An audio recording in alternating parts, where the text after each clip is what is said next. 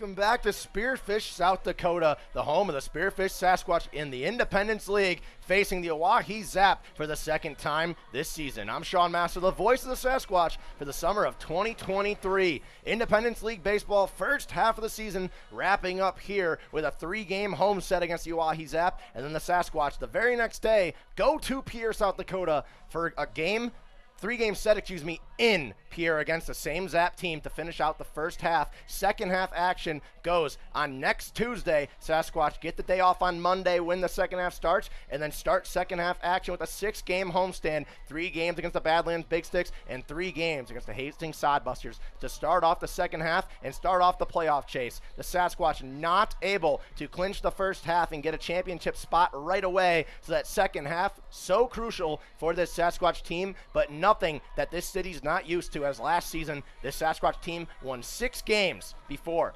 the 1st of July, and then second half they win the second half. They go in the divisional series, face Dickinson. They win that series in 3 games, coming back from down 1-0, and then in the championship series had a loss. But just because you don't win the first half does not mean the season is over, and this Sasquatch team knows it. They're coming off a 3-game set in Dickinson and a 6-game road series where they faced the Fremont Moo in Fremont and the Badlands Big Sticks in Dickinson, North Dakota most recently. The last 3 days they played 3 games there, winning the first and losing the last 2. In game 1, it was an 8-5 victory where this team exploded. Offense, defense, and pitching was phenomenal. A little bit of a scare with the bases loaded 2 away and the winning run at the plate, but Dylan Ritchie took care of business and got him to go down swing and secure the Game 1 victory. Games 2 and 3 in Dickinson didn't go as planned for the Sasquatch. Game 2 was a bit of a controversial catcher's interference call that kept the big Badlands inning going and gave them the game ultimately. All the momentum just shifted the minute that call was made. It was a bit of a questionable one. Don't know if it was the right one, but nonetheless, called catcher's interference. Inning continued. More runs came across, and that was all she wrote. From that point on, that game just plummeted, and the Sasquatch lost 10-3. In Game 3, deciding the series in Dickinson, it was the Big Sticks who came out on top, 4-2. An absolute phenomenal performance from the Sasquatch pitching staff. Starting pitcher Nick Esparza didn't have the best outing, lost a little bit of his velocity with an injured elbow to begin that game, but the bullpen came in and allowed 1 run in the final 6 innings. The Sasquatch bats were unable to capitalize, only scoring 2 runs, 6 hits, but were unable to get any of those runners in scoring position home for the win. After that Game 3, we came back here to Spearfish, South Dakota, and we talked a little bit to the team and how they were feeling heading into the second half, coming up here shortly in Spearfish next week on Tuesday. One of the big names we talked to, the Sasquatch shortstop everyday player, Luis Reyes, getting a rare off day here in Game 1 against the Zap. He's getting an off day today, trying to regroup his mind and get him fresh for the rest of this series, and then the second half where the Sasquatch know they need to win to make the playoffs. We stepped aside to talk to Luis a little bit about his time so far in Spearfish and how he's looking for the rest of the season to go. Sean Massa, joined by Luis Reyes, Sasquatch catcher, shortstop, whatever you need him to do. He really just goes in the lineup everywhere. Luis, you're supposed to be here in 2020. COVID kind of pushed that back a little bit. 3 years later, you're right here in Spearfish once again where you're supposed to be originally. How you liking it so far, man? I'm liking it. It's a great experience. I like the people. The crowd is amazing. Coaches, teammates. It's a very good experience. Yeah, talking about your teammates a little bit more. I mean, you guys seem to really bond very quickly. I mean, you guys have known each other, maybe a month? And it seems like, from my perspective at least, that you guys are brothers since the first day of your lives. That's one of the things I always take personally, like with my teammates. I like to make a group where we can call brothers. It's a very good chemistry we got going, and I mean, it's going very well. I like my teammates. Yeah, it seems like you guys are just so close already, and I mean, it's kind of got to make it easier. You're from Puerto Rico originally, and now you're playing on U.S. soil, you're playing the game you grew up playing in baseball. I mean, how's it feel? You're away from your family, but the crowd here, your teammates, kind of makes like a second family, no? Yeah, it definitely feels like the crowd makes you feel like you're at home. The teammates, like I said, brothers, and I mean, you miss your family, Yeah. but you guys have taken me like family too, and I like that. So, but it's been a good time. I like it. Yeah, I'm glad to have you here in Spearfish. Once again, thank you for finally being here. COVID didn't let that go too far. Right, yep. That's Luis Reyes, Sasquatch shortstop, taking an off day today, but he'll be back in the lineup tomorrow when we return against the Zap again for Game 2. Game 1 going to be right back here on Spearfish Sasquatch Live. When we return, don't go anywhere, folks. Sasquatch, shortstop, catcher, and really whatever you need him to do, he does. That was Luis Reyes talking a little bit about the season so far and his experience here in South Dakota for the summer as we are halfway through the season. The Sasquatch and the Zap going at it here. They went at it before in Pierre, South Dakota. Only 2 games were played. The Sasquatch were able to get both wins. 2 of their 6 on the year so far came in that series. And then the third game, it was a pitcher's duel through the first 3 innings. The Sasquatch were unable to finish that game. Rain had a different idea, so we will make that game up as a doubleheader later when we go to Pierre later in the week to finish out the first half. But for now, we got 3 home games for the Sasquatch facing this Zap team and looking to get a little bit of momentum going before we go over to the second half of the year where the Sasquatch know they need to win and know exactly what job needs to be done. First pitch right back here on Spearfish Sasquatch Live. When we come back, don't go anywhere, folks. I feel so good today. Been lucky. What a lovely day. Woke up on a vibe, y'all. Got a brand new thing. Yeah, it's all going my way. My shoes got sold. Got a strut in my walk now. Got a pocket full of sun. Won't say it won't go down. I'm the winner, I can feel it in the city. Yeah, happy when I breathe it in. Roll the dice for the 7, hit 11, hit a 7, hit 11 again. I'm all good. Got a 4-leaf clover. Y'all can knock on wood. It's my lucky day. My lucky day. Alright. My lucky day. It is my lucky day. My lucky day. My lucky day. 'Cause I know today's gonna go my way. I can see the sunshine through the rain. It's my lucky day. My lucky day.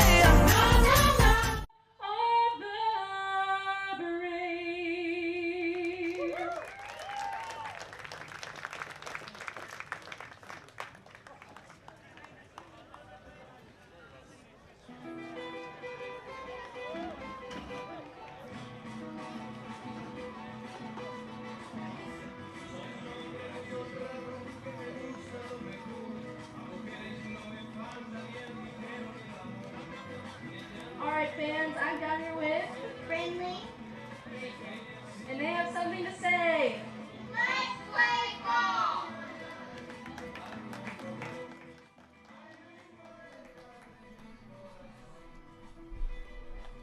And welcome back to Spearfish, South Dakota, Black Hills Energy Stadium. Here in beautiful Spearfish, South Dakota, the Sasquatch are back in action here at home, facing the Oahe Zap for the first game of a 3-game homestand against this Zap team before we go to Pierre for a 3-game road setting. It's the same Zap team to round up the first half of the season. I'm Sean Master, the voice of the Sasquatch for the summer of 2023, bringing you all the action and the play-by-play for this Spearfish team. On the mound, Julio Romero starts in his first home start of the year. Romero was phenomenal in his last outing in Fremont, came in relief, pitched 5 2/3 of shutout baseball, and was absolutely spectacular in that one. He earns the trust from head coach Jarrett Hunt. He gets to start here in front of the home crowd here in Spearfish. For the Zap, we will go through the lineup as it comes up, but let's go through the Spearfish defensive orientation first. Behind the plate, it's a new face, Ben Seminara. A new face came in for the Fremont series. His first game at home, he is starting behind the dish, catching Julio Romero. Seminara from Columbia mans the catcher spot. In the infield, the hot corner, Christian Soto, the freshman from Alabama A&M. He goes over to the hot corner. Chaz Crook sliding in the shortstop with Luis Reyes, who normally mans that position, getting the day off. Second base, Ryan Bachman goes to his normal position. Jack Naylor, everyday first baseman. He is back after getting Game 3 and Dickinson off. Go to the outfield. Jack Sutton, another new name, has played here before, but a newer name for the Sasquatch. Usually first base or designated hitter, he finds himself sliding into left field. Center field manned by Bryson Hoyer as always. And in right field, DJ Van Atten, whose bat has been waking up lately. And then the DH for the Sasquatch today, Seth Nelson, another newer name, normally plays first DH. He has been hitting the ball well. He gets a designated hitter spot. We'll start this one off. Trevor Seagraves, the second baseman. Here's the first pitch from Romero, and he finds the zone inside for strike one. Already an early strike for Romero. It's going to be an emphasis on his night to really try to command the zone and get ahead early on hitters. Don't want to give the Zap any bit of momentum. That one fouled off, and it's going to be 0-2 early on to Trevor Seagraves. Seagraves manning second base and leading off today on the seasoning, 273 coming in to this one. The sophomore from Ottawa University in Arizona has 12 hits, 6 runs, 3 RBIs, and has walked 8 times, but quickly in an 0-2 hole to Romero. We'll have to see what Julio brings. Upstairs, checked his swing there, will offer to first. He did not go. It's going to be a 1-2 count on the leadoff hitter, Jackson Mix, the DH for the Zap. He stands on deck. He will line up in the left-hand batter's box. We'll have to see if Romero can retire Seagraves early and get a quick first out. The 4th pitch of his night on the 1-2 count. Breaking ball upstairs, did not deck his swing all the way. He goes down. Romero, a 4-pitch strikeout, gets the 1-2 ball upstairs, gets the first out of the night, and goes to Jackson Mix in the left-hand box. Jackson Mix, the designated hitter today for the Zap. The Zap on the season, 3-17, have not had a strong first half. Same can be said about the hometown Sasquatch, but for the Zap, it has not been fun for them whatsoever, and they're going to look to try to get a little momentum going as well. First pitch to Mix, upstairs and away. It's going to be ball 1 early on. Jackson Mix from Southern Wesleyan, 268 on the season. He has been spectacular for this Zap team. One of the better bats in this lineup. Outside, Seminara tried to pull it back in and misses. It's a 2-0 count. Got ahead 0-2 quickly on Seagraves to lead off, and now Mix down or up 2-0 in the count. Really hot day here in Spearfish, South Dakota in this one, but no clouds in the sky at the moment. That one outside. Seminara pulls it back in. It's going to be a strike. The biggest pitch of the at-bat. The 2-0 pitch finds a zone. Count goes 2-1. Romero really trying to control. It looks to right away that left side of the batter's box hasn't really changed, even though he's seen a righty and a lefty. That one upstairs the letters, gets a swing and a miss. Down 2-0, evens it up 2-2. Julio Romero, 1 pitch away from picking up his 2nd strikeout of the night. Romero picked up a lot of confidence after that outing in Fremont. Didn't get to interview him with the loss, but talked to him a little bit. And he was just saying how he was ready to go for this one. Tried to paint the upper out corner, missed it. Count goes full to Jackson Mix. Standing on deck is Jared Heck. He mans first base. We'll have to see if he has a chance with a runner on, or if Mix is going to strike out swinging, or maybe putting in the infield. Naylor playing really close to line at first, maybe expecting a pull. That one outside. Mix will take his base. Romero tried to get him the bite on the outside pitch. Good plate discipline by Jackson Mix. Awards him a walk and a 1-out base runner for the Zap. Jared Heck steps up to the plate, the first baseman. He comes up, Jared Heck from Spring Hill College, only hitting 160 on the season, but in the 3 spot. Now with a man on first in a big spot right away. Inside in the dirt, gets by Seminara, and Mix is going to take off. It's going to be a pass ball on Ben Seminara, and Jackson Mix is going to advance to second. He's in scoring position. That one looked like breaking ball. Didn't look like Seminara wanted to go in that spot. He is set up more in the middle of the plate, but it rolls a little bit inside, catches the palm of his glove, goes by him, and awards Jackson Mix an extra base, and gets Jared Heck a chance with runners in scoring position early on. No one holding the runner at second. Here's the pitch. That one's flown in the air out of here. Foul territory. Count goes 1-1 early. Standing on deck now, Preston Lau playing right field. He stands on deck in the cleanup spot. And right now, if you're Jared Heck, this is a big spot early on. You only have 3 wins on the year if you're the Zap in the first season in Independence League. Struggling a little bit to open up the season and open up their franchise's history. That breaking ball slipped out of his hand, goes way upstairs, and it missed. 2-1 count. It's a 2-1 count now to Jared Heck. Bachman going to hold the runner over at second. Here's the pitch from Romero. That one in the dirt. Seminar kept it in front of him. Count goes 3-1. Struck out Seagraves on 4 pitches. Looked beautifully in command, but since then has struggled to locate. Walked Mix on a full count, and now a 3-1 to Jared Heck. Maybe some early trouble for Romero right here. Just got to put a fastball in the zone and just make this count run full. Upstairs at the letter, swings right through it. Count goes full again. The second full count in a row for Julio Romero. And now a big spot. Last full count against Mix. It was the ball 4 low and away. Did not get him the bite. We'll see what he brings here to the first baseman, Jared Heck. Bachman's going to hold the runner. Julio's going to step off a little bit and call time, get a little bit of a break before this full count pitch. Probably the most important pitch of the inning so far, at least, and maybe of his night. You never know what the future holds in the next couple innings. See how far in this one Romero goes, but full count of the runner on second. Here's the pitch. Checked his swing. It got him on the barrel of the bat. It looked like it might have ran in on the hands a little bit.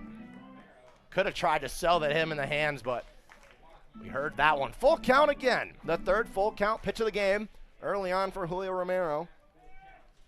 His fourth outing of the year and picking up a little bit of steam. He wants Seminary to pick up the pace. He wants to go faster. Doesn't want to give Jared Heck any time to think. Bachman's going to back off. Here's the pitch. That one's going to be grounded over to short. Crook collects it off 2 hops. Has no play at third. Guns it to first in time. A little bit of a hesitation. Thought he might be able to get the lead runner, and the hesitation almost cost him. But Jared Heck is retired at first. Jackson Mix goes to third. Now 90 feet away from the first run of the ball game, but there's 2 away. Also 1 pitch away from getting out. That hesitation almost awarded Jared Heck a free base, but Crook has an absolute cannon at short, and he makes up for it. First pitch, chopped over to Naylor. He collects it in the gut. He tags first, and that'll do it. 1 walk, he advanced to third, but nothing more. Right back here on Sasquatch Live, when we come back, Sasquatch bats do it for the first time. It's Hoyer, Nelson, and Bachman right here on Spearfish Sasquatch Live. Jet Rogers at Peak Family Chiropractic and Sports Performance. We all take different paths in life. That's why we utilize multiple different treatments here at Peak. Our main treatment is our high-level chiropractic adjustment, but we also emphasize the use of cupping, scraping, vibration massage, trigger point therapy, and active care to promote movement, strength, mobility, and most of all, pain relief. Why travel to multiple locations when you can have total wellness under one roof? Stop in today and let's get you to your peak.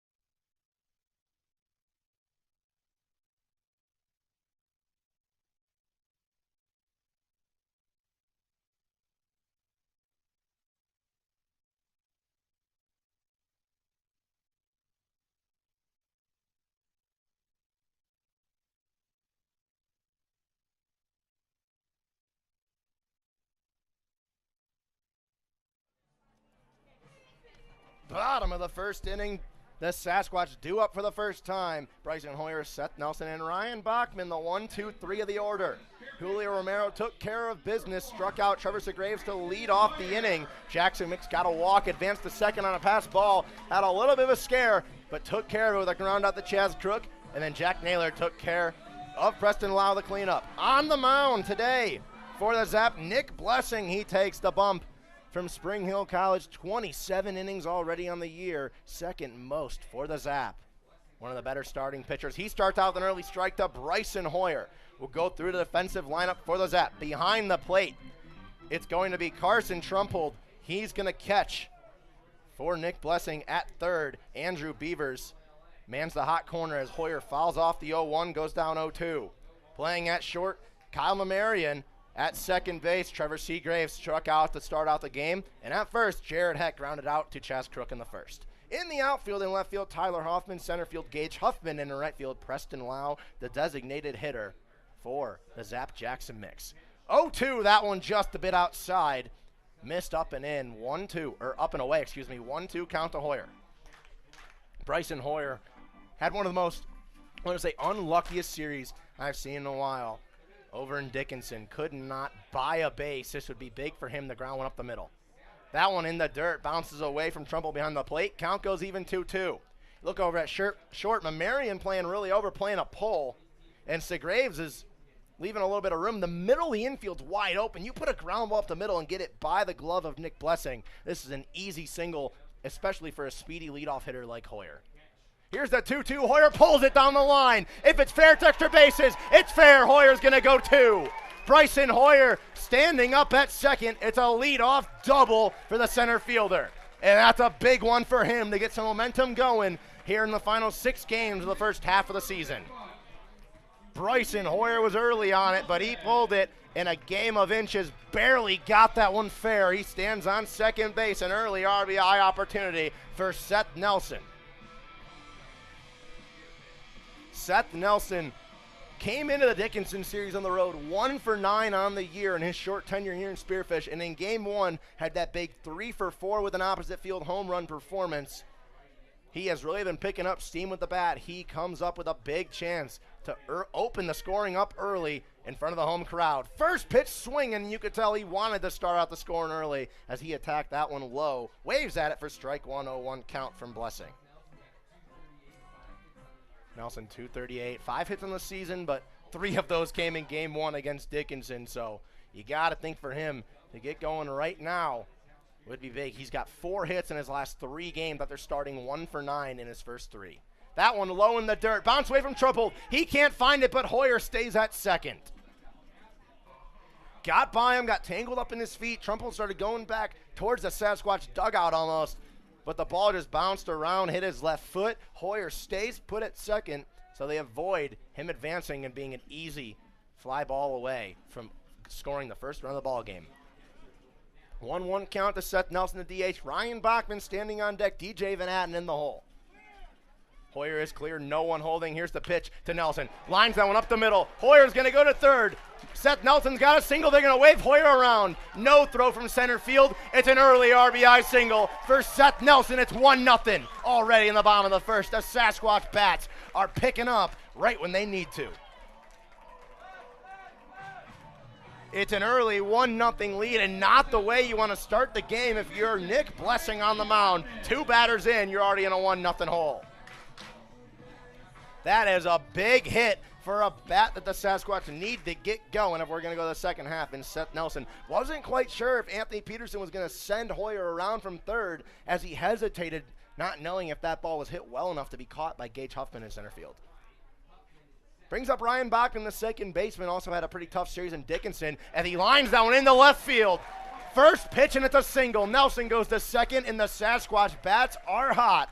3 hits already, 3 batters in. My goodness, if they can keep this going, get an early lead for Julio Romero, only God knows what this team is capable of. DJ Van Atten comes to the plate. His bat has woken up as well. In game 1, Dickinson had that no-doubt home run to left field. And then game 3, going up against almost 20-mile-an-hour winds coming in, hit 2 warning track shots, was maybe a foot away and 5 miles an hour less of wind from 2 home runs in that one as well. First pitch inside, leaves it off for a strike. He's down 0-1. Standing on deck is Jack Naylor, the first baseman. In the hole now steps up Jack Sutton, sliding over at left field, the freshman from Augustana University. 2 runners on. Nelson at second. Bachman standing at first for Van Atten. Here's the pitch. That one outside in the dirt. Trumple keeps it in front of him. Runners stay put. 1-1 count to the Sasquatch cleanup hitter and right fielder. And if you're the Sasquatch bats right now, this is a huge spot to get going. Your bats were pretty quiet in game 3 and game 2 respectively against Dickinson. Only 6 hits and 2 runs in a pitching masterclass in game 3. Gotta think, giving the pitching staff a little bit of a cushion is definitely a goal for this lineup and for head coach Jarrett Hunt today. That one inside at the 2-1 count to Van Atten. I like already assistant coach Anthony Peterson at third, showing aggression, sending Hoyer around when it looked like if Huffman read it right, he could have gunned him.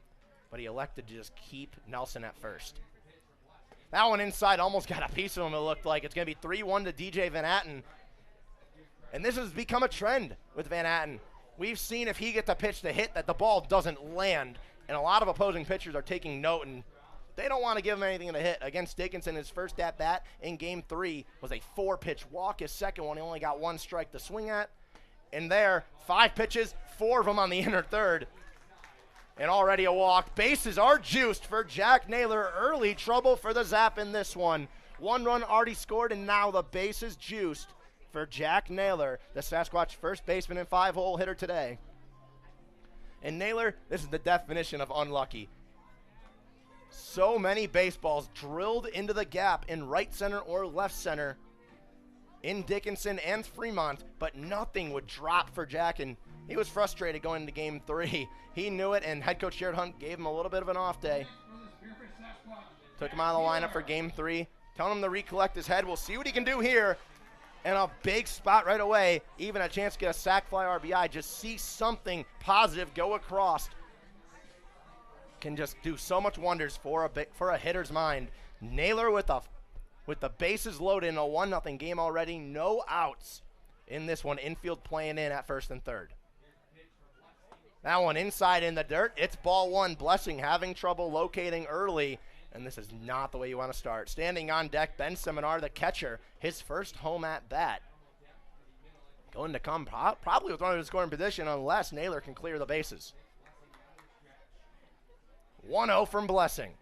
Inside, nailed him. Another run comes across. It's a 2-0 lead. Ben Seminar comes up. Bases remain juiced.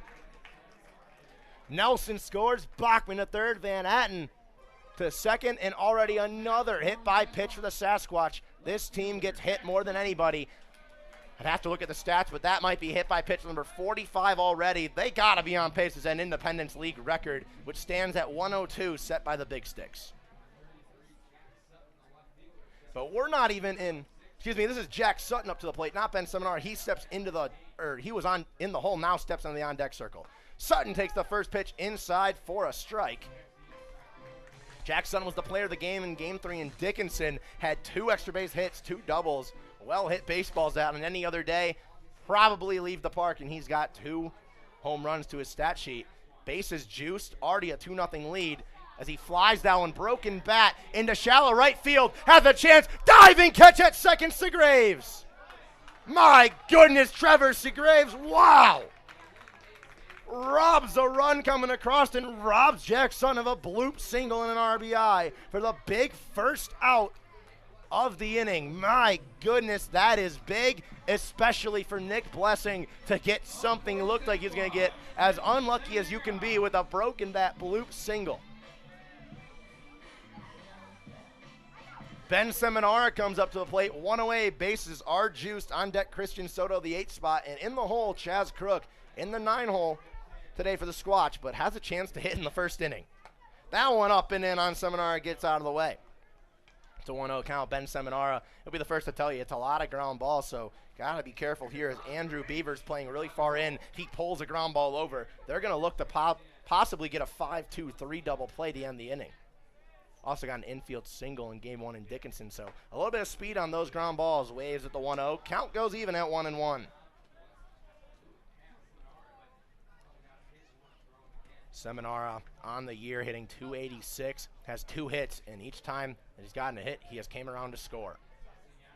1-1 count with 1 away. Beavers still playing in at third, maybe expecting a ground ball. That one inside, just got the inner corner, maybe a little bit of help from the home plate umpire. But the second strike of the at-bat to Seminara, now in a 1-2 hole. First pitch ball since then, waved and missed, and watched that one go on the inner third. Ben Seminara in a huge spot, just trying to get another run across the board for the Squatch. Swing and a miss, and he's gone. Seminara goes down swinging, and it's a big second out for the Zap. Christian Soto manning the hot corner and batting 8th. He comes up, bases still remain juiced with 2 away. What looked like could have been a disastrous inning when Naylor was hit by a pitch to drive in around bases loaded. And then he had that blooper to shallow right field that looked like it could have been another base hit and another RBI for the Sasquatch. Turned into Trevor Segraves making a diving play. That one outside in the dirt. Trumpold keeps it in front. Soto ahead 1-0 early. Christian Soto on the season hasn't had a lot of luck hitting the ball, only hitting 171 on the year. It's 4 RBIs, a chance with a hit in the outfield. With how aggressive Anthony Peterson was sending, Hoyer could make that 6 RBIs. That one in the dirt again, low. More middle over the plate, but 2-0 count as that one missed. Soto's walked 5 times this year. Only has 7 hits. This will be a big spot for number 8, and we'll have to see if he can do it. I mean, it's a big spot here. Christian Soto right here. Watches the 2-0 go low, and he's ahead 3-0. Christian Soto on a 3-0 count. You got to think right now, make him throw a strike. The bat should not leave the shoulder at all, especially with 2 away. If there's still no outs, I'd say swing away. But right now, if you're Soto, just got to think red light, see if you get another run walked across. That one outside, just caught the outer third. It was breaking away. Good job by Trumple to stick his glove out on the right side of the bag and get that one in the zone. 3-1 count to Soto now. Crook standing on deck if needed. Nick Blessing trying to get out of this one with minimal damage. Bases loaded, no outs, already 2 scored, and they get the next 3. Soto fouls that one off his left foot. Full count, 2 away. Runners are going to get a head start, so hitting the outfield should score 2, as Van Atten should get a nice lead and a jump start on this one, got to think, with how aggressive the Sasquatch have been sending runners so far this year, especially in the last few series, that it would be an easy decision to send Van Atten flying towards the bag. Full count, crowd trying to get Soto in it. Here's the payoff, pitch from Blessing. Runners take off, hit Soto in the upper shoulder. The second hit by pitch of the first inning, and another run comes across the board, the second via a hit by pitch with the bases loaded. The team that gets hit more than anyone in the Independence League does it again. My goodness. Chaz Crook comes up to the plate now. Bases remain loaded. 3 runs have come across. And a chance for him to get on base, get some RBIs, and to bat around. Bryson Hoyer, who led off with a double to lead off this inning and to lead off the game against Blessing, came around to score the first run of the game. He stands on deck. Crook swings and waves at that one. That's the 45th hit by pitch of the season for the Sasquatch already, and we are not even in the month of July. That 102 record by the Big Sticks might be threatened at the end of this year. That one misses upstairs and away. Tried to give him the chase, the same breaking ball, but that one a little bit outside. Crook leaves it for a 1-1 count. Chaz Crook was phenomenal in Fremont, hit 2 home runs in the span of 3 games. Did not start any games in Dickinson, but gets the nod today at short. Hits that one softly in the infield. Beavers doesn't have to move, and that'll do it. 3 runs come across as Sasquatch still strand the bases loaded, a lot of base runners, but 3 early runs in a 3-0 lead after 1 inning of play here on Spearfish Sasquatch Live.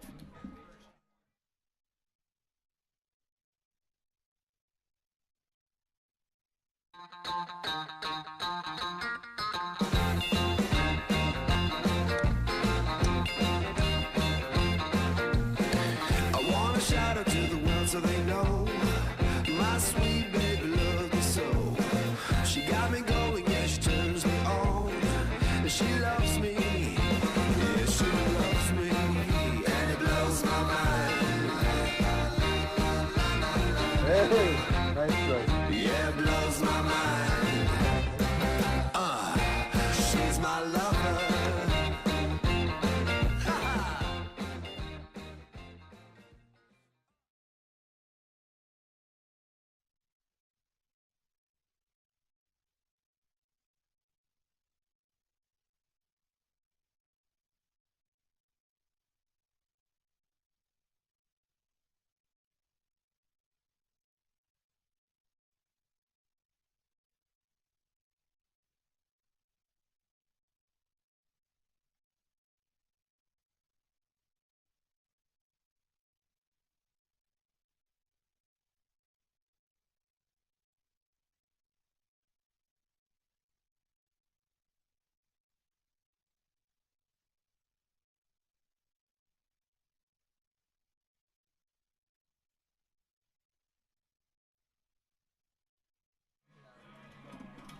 And we're back. Second inning action. The beer batter here in Spearfish, South Dakota. Calamari in the shortstop, set to lead off against Julio Romero, who find himself with a 3-run cushion early on. The Sasquatch got 3 runs across the board, 1 via Seth Nelson with an RBI single on the second batter of the game, and then 2 via bases loaded hit by pitch. Jack Naylor taking one, and then Christian Soto taking a 2-strike hit by pitch to the right shoulder. 1-0 count, that one inside, almost grazed him. The Marion gets out of the way. It's a 2-0 count to the beer batter early on. This is the first lead the Sasquatch have had in the first inning in a while. They had 2 leads in Dickinson. Were unable to finish the game out with said leads. That one going to be drilled over the head of Ryan Bachman in the right field. Mamarian's going to get a single to lead off the second inning, and that's a big one if you're trying to come back right now early on if you're the Zap. The first hit of the ball game for the Zap comes Kyle Mamarian leading off, and it brings up Carson Trumpold, the catcher. Andrew Beavers standing on deck. Gage Huffman if needed in the hole. Marion hit that one over the head of Bachman. Bachman looked like he had a chance to maybe jump up and get it, but that one just went a little bit too far over his head. Bachman didn't really have a chance unless he can jump around 3 feet in the air. First pitch, a strike to Trumpold, and an 0-1 count from Romero. Here, Julio Romero, now you force 2 ground balls, 1 to short, 1 to first, to end the first inning. Your 3rd ground ball of the day right here in the infield possibly could turn 2. Runner fakes the takeoff, takes strike 2, and he can't believe it. Turns back to his dugout. 0-2 count to Carson Trumpold. That was the perfect pitch to get that ground ball we were just talking about right now. Romero really commanding the bottom half of the zone, trying to get that. That one's lined in the right field. It's going to be a single. They're going to hold Mamarian at second. It looked like he wanted to take it as he took a hard turn, but it's another single for the Zap, and already with a chance to potentially chip away at the early Sasquatch lead with a runner in scoring position and 2 men on base. Andrew Beavers steps up to the plate now, and this is the Sasquatch dugout's favorite player. A lot of action going on between the dugout, the POs of the Sasquatch team, and Beavers over on the left side of the infield in the series in Pierre. They know each other well. Naylor playing in at first, expecting a bunt. That bunt's going to go foul, so it's an 0-1 count. Naylor was playing behind the runner, Trumpold, and it looked like an easy bunt down the first base line could potentially get a single and load the bases. But Naylor reacts well, gets up, and that one goes foul, an 0-1 count to Andrew Beavers. Beavers manning third base. Gage Huffman standing on deck, and the 9-hole hitter Tyler Hoffman standing in the hole. Tries another bunt. That one in the air. Seminar going after it. He'll make the catch. Seminar, the basket diving catch, gets the first out, and disastrous if you're Andrew Beavers right there. Not what you want to do, trying to advance the runners. And I know the Sasquatch dugout, and especially Zach Romans, loved that one right there. And that's a big first out of your Julio Romero. Now 1 ground ball away from potentially ending this inning that led off with 2 singles. Gage Huffman, another favorite in this Sasquatch dugout, comes up to the plate with a chance to silence the home dugout early on. First pitch, lower outer corner. A beautiful spot from Romero. And once again, really commanding the bottom part of the zone, trying to get these Zap hitters to potentially get on top of one and give his middle infield or potentially Soto a chance to maybe tag the bag and then gun it over to Naylor. That one's going to be drilled over to right field, and it's going to score a run. Van Atten going over, and it's going to score at least 1. They will hold the runner at third. It's an RBI single for Gage Huffman early on, chipping away. It's a 3-1 ball game. Mamarian comes across the score. Trumpold goes to third, and Gage Huffman gets a single down the right field line that scores a run, and now 90 feet away from making it a 1-run ball game for Tyler Hoffman. Gage Huffman and Tyler Hoffman, those are 2 close names for a broadcaster here in the 8-9 spot and in left and center field. That one's going to be grounded over to Crook. Off his chest, it's going to score a run. Runner advances to second. Hoffman goes over to first. It's a 3-2 ball game. Disastrous. Took a hop off the chest of Crook. Looked like it could have been an inning ending 6-4-3. Instead, turns into an E6 and the inning extends. Right back in it. 3 runs on the bottom of the first for the Sasquatch. And right there, potentially could have been just 1 in the inning over, and it's 2 with a chance, a base hit here for Trevor Seagraves, who went down swinging early on to tie this game up. Breaking ball, Seminar pulls it back in. It's strike 1 for an 0-1 count. Naylor still playing a little bit in on the grass over there at first. Soto playing really close to the line, maybe expecting Seagraves to pull this one down the line. Tries to lay down a bunt. It goes foul. An 0-2 count now. Can't bunt anymore. Well, you can bunt, but I would advise against bunting right here if you're Trevor Seagraves. An 0-2 count, went down swinging on 4 pitches to start the game. It was a quick early first out for Julio Romero. Let's see if he can do it again. The 6th batter of the inning. Just when you thought the Sasquatch had a little momentum, the Zap strike right back, and they have 2 with a chance to make it 3. This ball can be pulled. That left center gap is looking mighty fine. That one fouled away. We'll see an 0-2 again, the 4th pitch of the at-bat. Last 4th pitch Seagrave saw, he went down swinging on a ball at the chest. Let's see if he does it again right here. If I'm Romero, I'm going right back at him with a chest-high fastball, the same pitch you got him to go down with, if I'm not mistaken, in the first inning. That left center gap with Hoyer playing a little bit closer to right field. Got to see. That one high in the air and fouled off. Naylor makes the catch. A fly out to Jack Naylor, jammed him on the inside. It's not a strikeout, but it's the 2nd out of the inning. Trevor Seagraves goes to 0-2 on his day. And now Jackson Mix, who walked and was stranded at third base back in the 1st inning, he comes up representing the last chance to tie it up here in the 2nd inning. Jackson Mix with a chance now. Naylor playing close to the line. Soto playing a little more in, maybe a step or 2 closer than he was in the last at-bat to Seagraves. That pitch up and out, and it's going to be called a strike. Seminar doing a really good job of pulling those outside pitches that are just borderline strikes, pulling them right back in and getting that strike call. Ben Seminara early on, a masterclass behind the plate, framing pitches well. That pitch, a big swing and a miss on the breaking ball. Romero and 0-2. 2 runs have come across, only 1 earned for Romero as 1 scored on the error by Chaz Crook. We'll have to see if he can limit it and keep the Squatch in the lead going to the bottom half of the 2nd inning. 0-2 count to Jackson Mix. Walked on his first plate appearance, but in an 0-2 hole early. Waves at that one upstairs, fouls it off, just got the chunk of the bat, and it goes 0-2 once again. If you can put this one opposite, that left center gap is still wide open with Hoyer and Sutton. Sutton playing really far off the line, which makes sense against a lefty. But Hoyer playing the same position that he was against Trevor Seagraves last at-bat. That left center gap, if you can just turn opposite, easy base hit. That one upstairs, same pitch that was the first strike it looked like. That one Seminar couldn't pull back in. Gonna be ball 1, 1-2.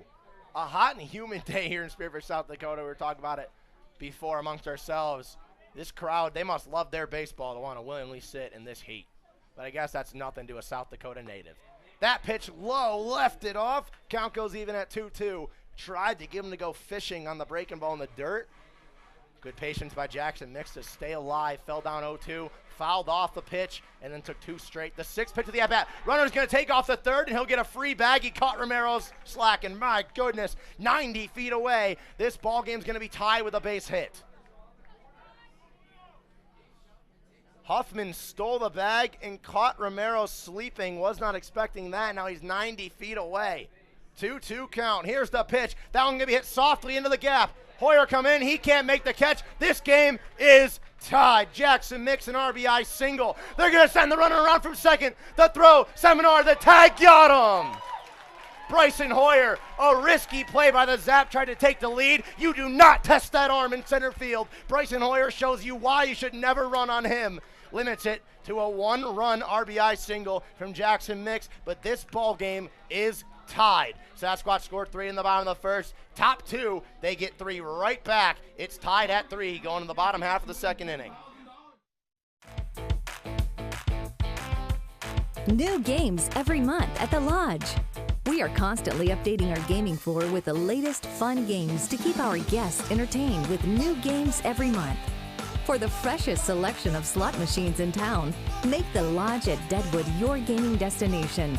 The locals' choice for gaming excitement with the newest games is the Lodge at Deadwood Gaming Resort.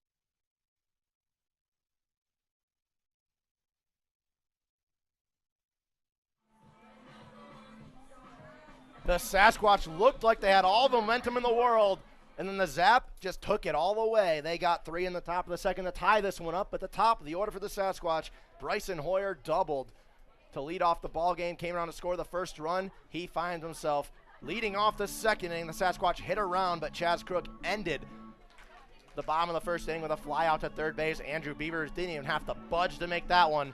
Now the top of the order again, Bryson Hoyer takes ball one inside of the head, 1-0. An eventful top of the second inning that saw it almost end. Hoyer chops that one towards third. Beaver coming in, he barehands it, it was fouled off. They'll say it bounced off Hoyer and goes to third, so he'll see another pitch. Good right there, because Andrew Beavers looked like he had it and had him by a mile as long as the throw's not off. Bryson Hoyer's going to see another pitch, 1-1 count. That top of the second inning, my goodness. It was eventful as an RBI single from Jackson Mick scored the tying run, and then the Zappa elected to test the arm of the leadoff hitter in this inning, Bryson Hoyer from center, by sending Tyler Hoffman around. He was at first base in a single to center field. They tried to score him all the way, and Bryson Hoyer just absolutely gunned him. Ben Seminar applying the tag, and that ended the inning. That one low, going to miss for a 3-1 count to Hoyer, so after nearly grounding out the third, Bryson Hoyer now is ahead 3-1 with a chance to get on base for the second time and try to get those runs directly back. Nelson standing on deck. He has an RBI single in the night. That one low and away. The breaking ball finds a zone. It's 3-2. Gotta have a lot of trust in your breaking ball if you are going to throw it on a 3-1 count. Right there, but wow, Nick Blessing, that's a lot of confidence in that slider. Full count pitch. Hoyer's going to chop it, fouled on the third base line. And he'll see another full count pitch. Sasquatch dugout chirping, assistant coach Anthony Peterson over there. Couldn't make the play on the hop. And he's going to hear it from his dugout after that one. After all this summer ball, gotta have a little fun once in a while. 3-2 count once again to Bryson Hoyer. Turns on that one to left field. Going back, stumbles, looks up. Goodbye, Bryson Hoyer. Doubled in the first, sends that one out of the ballpark to lead off the second inning. An offensive showdown early on here in Spearfish, South Dakota. Bryson Hoyer, a lead-off solo shot to left field. Knight that man, 2 for 2 early. The Sasquatch with their home run celebration right now. They will knight Bryson Hoyer. And the dugout erupts. They respond right back. Bryson Hoyer absolutely drilled that one. He doubled on a fastball in the first inning. He got a full count fastball right there. He turned on it. That's a pitch you cannot throw if you're Nick Blessing. He's already hit it once, and that's why you don't throw it a second time. My goodness, Bryson Hoyer destroyed that baseball. That one outside to Seth Nelson. He comes up now on a 1-0 count. Nelson, the designated hitter today, singled to score Hoyer in the first inning to open up this offensive barrage. We've seen 7 runs through 1.5 innings. That one low and away, missed the zone. Blessing tried to paint it and freeze Nelson to even the count up, but it's a 2-0. This Sasquatch team, this is the series you need your bats to wake up. For the Sasquatch all year as Nelson turns on it, he gets his second hit of the game. He's got another single. He stands on first base. And still no outs in this one. The Sasquatch bats just remain hot. Nelson singled in the last inning, came around to score. Ryan Bachman also singled and came around to score. He comes up now, the runner on first. Already 1 run across in this one in front of the home crowd here in Spearfish, South Dakota. A pretty good sized crowd here in Spearfish today, especially for a Tuesday. You would think with the work week and all, it being the end of June, wouldn't be that many people here, but a decently sized crowd, especially for the time. Bachman fouls the first pitch off, goes down 0-1 early. No action going on in the Zap bullpen yet, but right now, if you're Blessing, having a tough time. 4 earned runs so far. And you haven't even got the first out of your second inning of action yet. They check the runner over at first. Nelson goes back easily, just letting them know that they see him. We'll do it again. Bachman, standing in the back of that zone, got a single in his last at-bat, and that was a big one for him. He had a tough time in Dickinson as that one's blown away in the dirt. Trumpold keeps it in front. Bachman had a tough time in Dickinson as the Big Sticks did something that we don't see in Summer League ball. They implemented a shift on him. They had 3 infielders playing the pole on the left side and then just the first baseman manning the right side of the infield. He had a hard time adjusting to that, finally getting normal Summer League defensive adjustments here in the series against Zap. Nelson takes off, ball in the dirt. Trumpold scoops it. The throw's on the money. The tag's not in time. Nelson got under. He's got a stolen bag. Looked like Carson Trumpold gunned him. He picked that one out of the dirt, and a beautiful throw. Couldn't have thrown it any better, but Seth Nelson gets under the tag. He stands at second base. Bachman now with an RBI chance, a runner standing in scoring position. That right center gap looking pretty nice if he can turn opposite. That one inside almost hit him. Calls a strike. Bachman does crowd that line more than other hitters, so a lot of the time you see him step away like it almost hits him, but it finds that inner third a lot of the time, as it does right there for a 2-2 count. Nelson standing on second base. They're going to hold him. Seagrave's going to keep him close. First stolen base for Seth Nelson in a Sasquatch uniform. Seagrave's going to go to hold him again. Here's the pitch from Blessing. Bachman's going to chop it down the third base line and foul. He'll see another 2-2 pitch. Standing on deck, DJ Van Atten. He walked. Didn't even get a pitch to hit in his last at-bat. It was a 5-pitch walk. Did swing at one of them, but it wasn't necessarily a pitch that he probably just wanted to take a hack.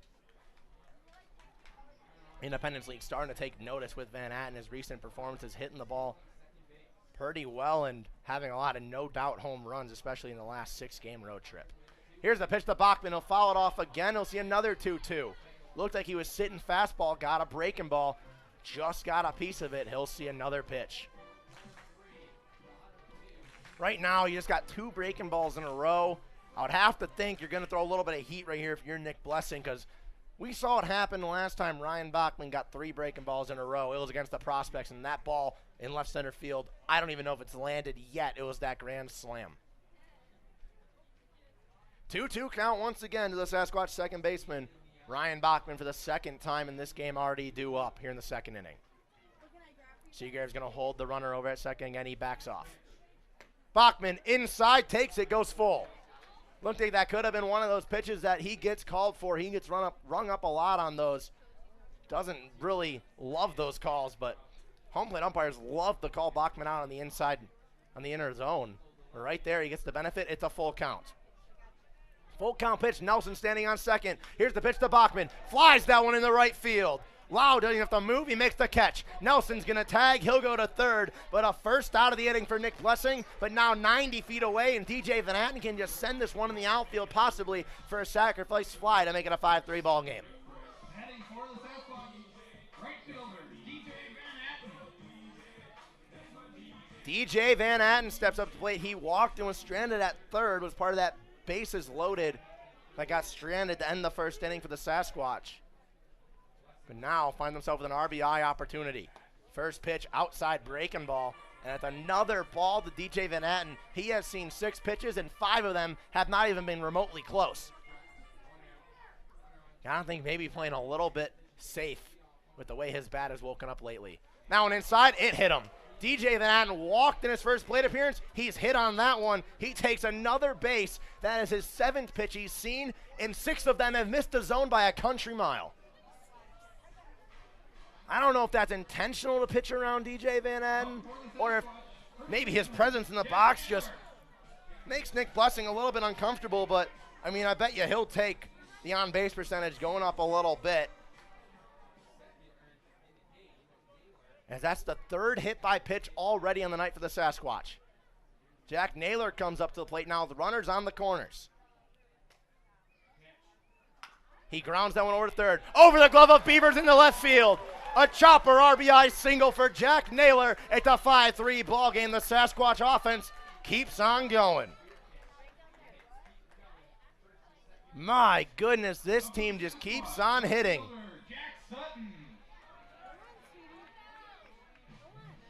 Nelson scores on that. Van Atten goes to second. Naylor gets his RBI single. He's 1 for 1, has reached twice. And now Jack Sutton comes up to the plate. He flew out to shallow right field. That was the big first out of the inning last inning where Trevor Seagraves absolutely robbed him of a bloop single. Looked like he was going to keep his luck going offensively.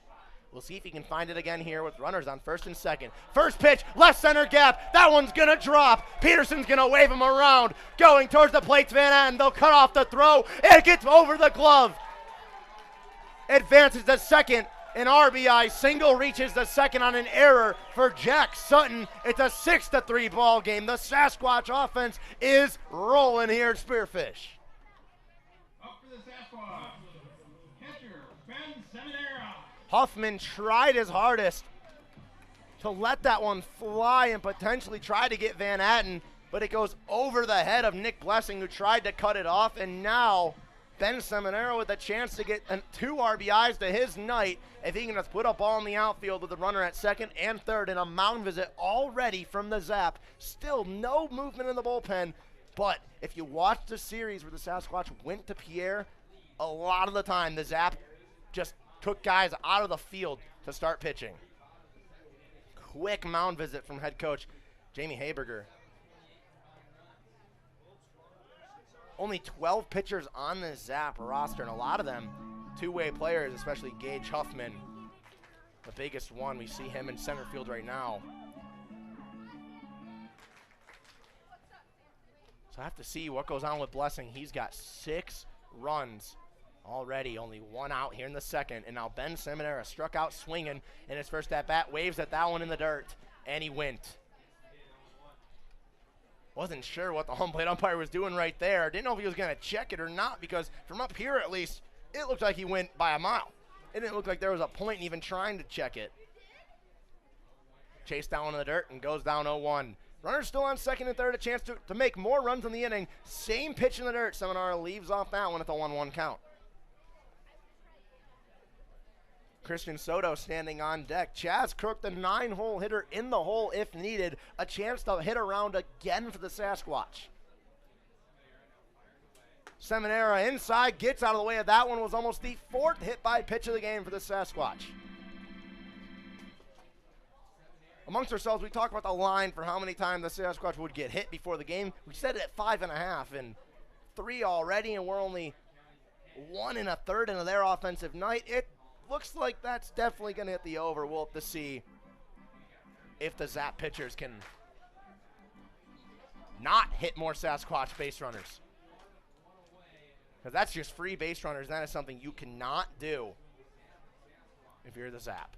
Seminara's going to foul that one off his own leg and behind him. It's a 2-2 count. Seminara went down swinging in his last at-bat in the first inning. Was the second out of that big first inning, and now chance to make it another big inning and another lopsided number. Despite the 3 in the top of the second, a chance to put up more once again. A simple sac fly would score the 4th run of the inning for the Sasquatch. Seminara leaves that one off in the dirt. Count goes full.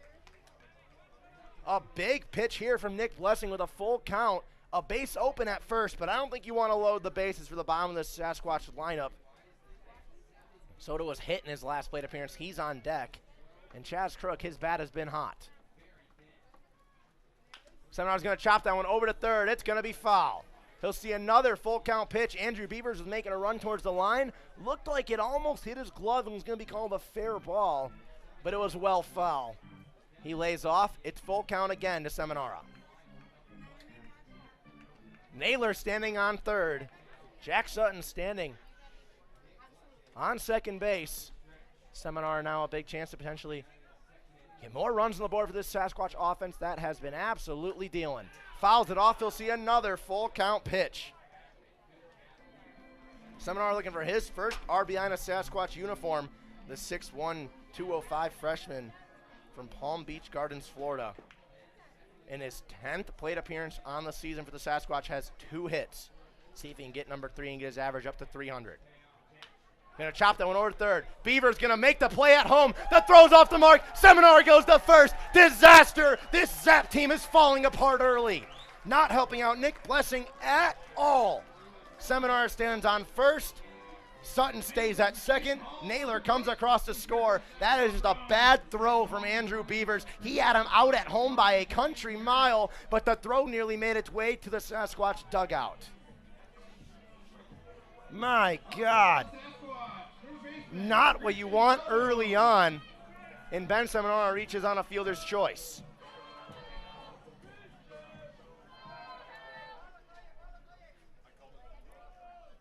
We're going to mark it a throwing error on Beavers on that one, as had the runner out early and easily, but failed to make the throw. First pitch in the dirt to Christian Soto.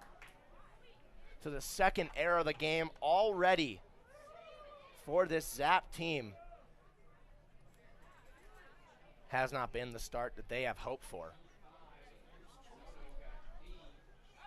Soto now with a chance to make it more. It's 7-3. 7 runs and 7 hits for this Sasquatch team.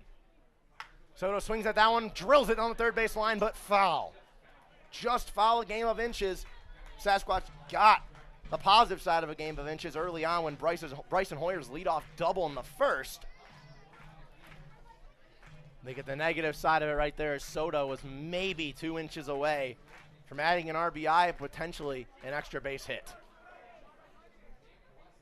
Now a 1-1 count. Not holding the runner at second anymore. Soto watches the breaking ball. Front door slider gets the zone. It's a 1-2 count now to the Sasquatch third baseman. Chaz Crook, the shortstop, standing on deck, the 9-hole hitter. And in the hole if needed, Bryson Hoyer could potentially get his second at-bat of the inning and third at-bat of the day already. In the dirt, 2-2. Blessing having a hard time retiring batters with 2 strikes. It seems every time he gets ahead and has a 2-strike count, he just can't get it located at all. And the count ends up going full or 2-2, and then he leaves a pitch for the Sasquatch hitters to drill. Soto's going to ground that one over to third. Beavers the diving play. He goes to second, gets the lead runner. But now runners at the corners. Andrew Beavers, my goodness, he laid out for that one, got it off a hop, goes to second. That's a bang-bang play, and that is a big play and a tough play to make. If you are a third baseman, that's why it's called the hot corner, folks. Seminar is out at second. Sutton goes to third. A fielder's choice for Soto, and now Chaz Crook comes up to the plate. He flew out 2 Beavers at third base to end the first inning. He comes up with a chance to get an RBI in the night and make it an 8-3 lead. First pitch low and inside. Ball 1 to the Sasquatch shortstop. On deck, Bryson Hoyer if needed. And if not, he's going to lead off the third inning, have his third inning of leadoff work. Crook on the year, 222 coming in the day. Runner takes off, gets by the catcher. Taking off from third, it's another run. My God, this game is just unreal. What is happening here in Spearfish, South Dakota? It's an 8-3 lead. I don't even know what to score that. That's not even a stolen base for Soto. It's a defensive indifference, as it wouldn't have mattered anyways. Trumpold had a little bit of trouble getting it from glove to throwing hand, just completely slipped out, goes to the backstop, and another run comes across. Now Crook with a runner at second, a chance to make it a 9-3 game. 2-0 count, he fouls it off. Count goes 2-1.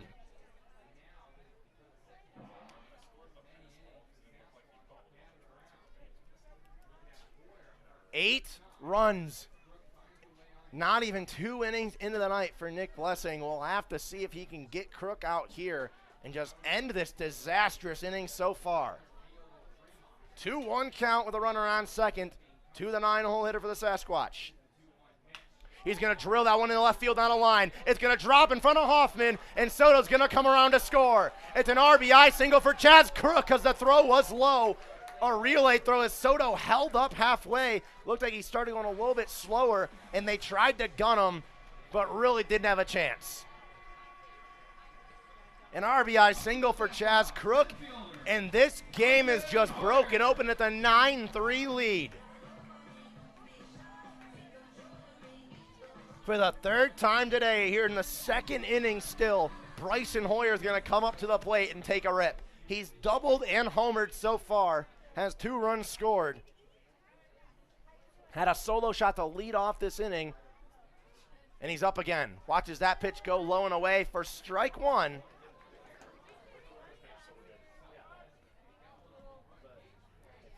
Crook standing on first base. Might try to see him get in scoring position here.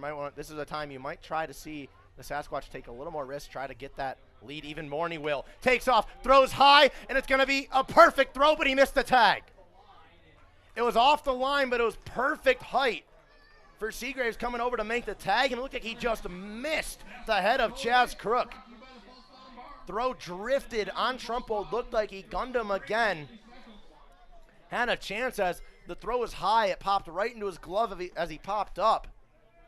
But Crook is going to get the stolen base. He's in scoring position. 1-1 count to Hoyer. Turns on it, flies it in the right field. Lau coming over into the gap. He'll make the catch. 6 runs come across in the bottom of the second inning. It's a 9-3 lead after 2 innings of play. Julio Romero going out for his 3rd inning of work right here at Black Hills Energy Stadium.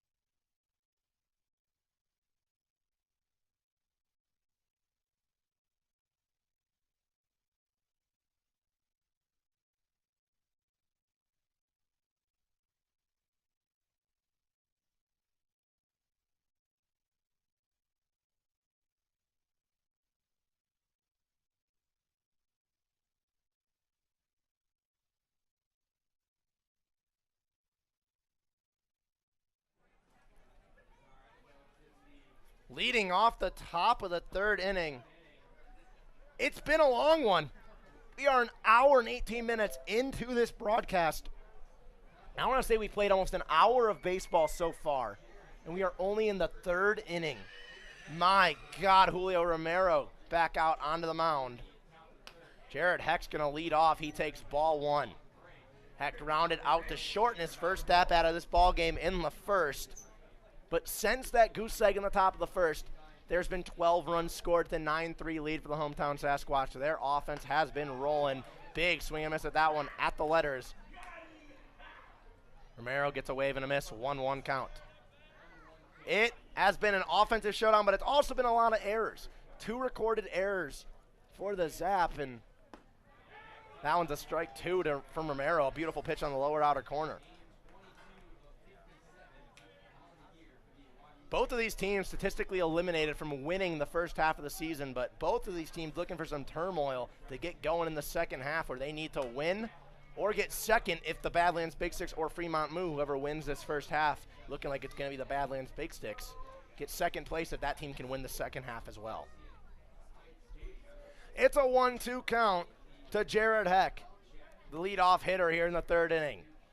Pitch from Romero. That one's hit over to 3rd. Soto collects it. The throw cross diamond is going to be high. Naylor jumps up, applies the tag. Wow, Jack Naylor, my goodness. Gold glove type play at first base. The throw sailed from Soto, but Jack Naylor, athleticism at first.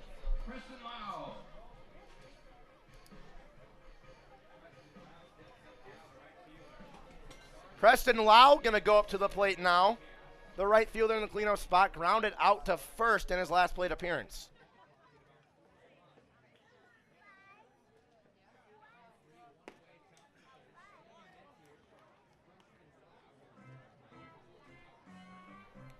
First pitch can be outside for ball 1. to Preston Lau. He grounded out to end the first inning, and he grounds through the legs into center field. Directly through the legs of Julio Romero. It's a one-out single for Preston Lau, and their second one-out base runner of the game. Their fifth hit already. We've seen 13 combined hits. He's your beer batter tonight.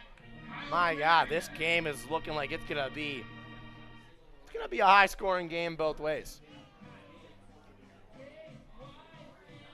Clouds rolling in here in Spearfish, South Dakota.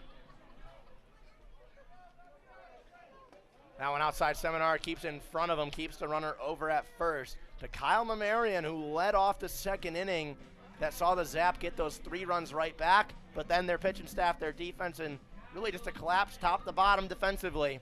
6 runs the bottom of the second. That's why they trail 9-3 at this point. That one low and away again, gets at 2-0. Seminara scoops that one out, keeps the runner at first again. Preston Lau with a little bit of a pretty nice lead over that first. Got to see if Romero's going to pay any attention to him. Hasn't checked him yet. 2-0 inside, count goes 3-0. Seminar couldn't pull that one back. There's some bodies standing around the Sasquatch bullpen. Still nothing in the Zap bullpen, which is an interesting thing to see after 9 runs in the first 2 innings. If they roll with Nick Blessing again, be an interesting decision. That one upstairs, it's a 4-pitch walk to Kyle Mamarian. He's going to take first. Preston Lau's going to slide over to second. Up to the Zap pitcher, Carson Trumbull. Carson Trumbull's going to come to the plate. He singled and came around to score back in the second inning. He comes up with a chance to add an RBI to his night with a runner at second. But potentially, if Romero can paint the bottom half, get a ground ball, then the inning. We'll see if the Sasquatch can turn their first double play of the night. That one upstairs gets the zone. Strike 1 and 0-1 count from Julio Romero. Andrew Beavers standing on deck. Gage Huffman, the center fielder, in the hole if needed.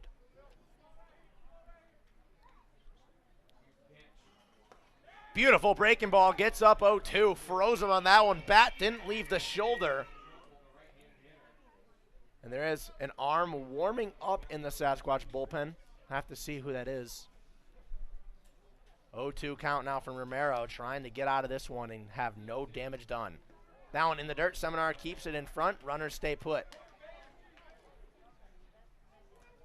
Looks like it could be Gunnar Thompson warming up. We could be wrong, but that's who it appears to be in the Sasquatch bullpen. It's Gunnar Thompson throwing to Levi Graham. 2 arms that you could see go in this game. We'll have to see which one head coach Jarrett Hunt turns to. Thompson standing near the bump part of the bullpen as that one outside froze him. Carson Trumbull watches that pitch go in the zone and the backwards K for the second out of the inning. Not what you want to do right there if you're the catcher for the Zap. Andrew Beaver steps up to the plate. He flew out on that bunt attempt with the runner on first and second. He tried to bunt him over, and he flew out as that was the play that Ben Seminara made the beautiful basket sliding catch on the left side of the infield grass.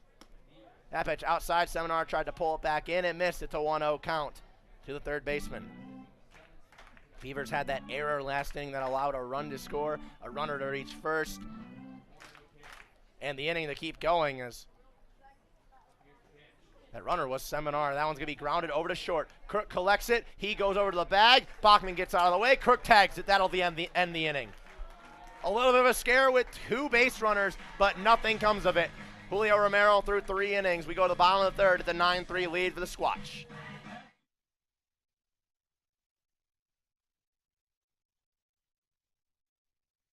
We're all going somewhere. Going higher, faster, farther. Going in new directions, to new places. At Monument Health, we keep going so you can keep going. We're dedicated to advanced orthopedic care with the latest innovations, technology, expertise, and treatment. So keep exploring, keep making memories, keep going with Monument Health as your partner. Learn more at monument.health/orthopedics.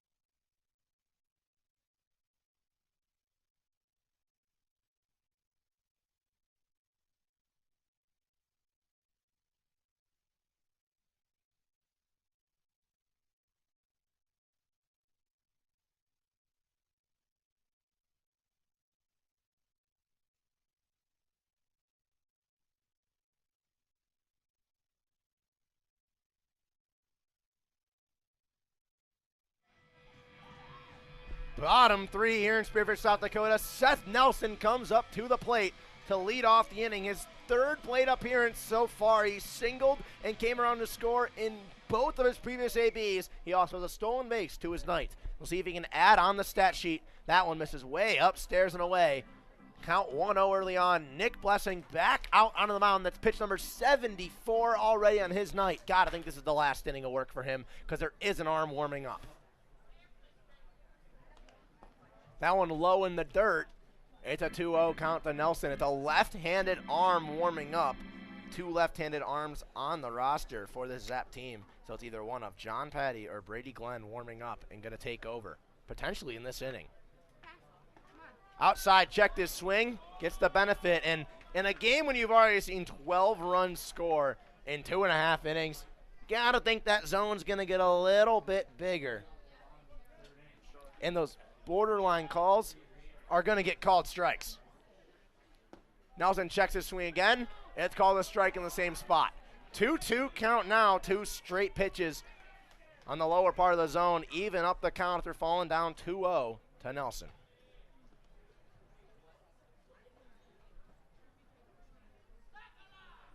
Two pitch to Seth Nelson. That one's in the dirt. Blessing took a little bit of a fall. He's going to walk it off. Looked like fell on his lead ankle. That's not something you want to see. That slip could result in. It's just a harmless slip, some may think, but that one can hurt really bad, especially if you're a pitcher, and they're going to check on him. Carson Trumbull's going to go out and check on Blessing. He's holding his throwing shoulder. They're going to call the head coach of the Zap out. Jamie Haberger is going to go out there, and they're going to talk about it. This might be it for Blessing. He might have to leave this game, and not the way you want to leave. I mean, 9 runs in 2 innings, 6 of them earned, but leaving on an injury is just not what you want to see, so hopefully he can continue and throw more. Trainer here at Black Hills Energy Stadium also going to go out there. We're going to take a quick step aside here in the break while Blessing's getting attended to.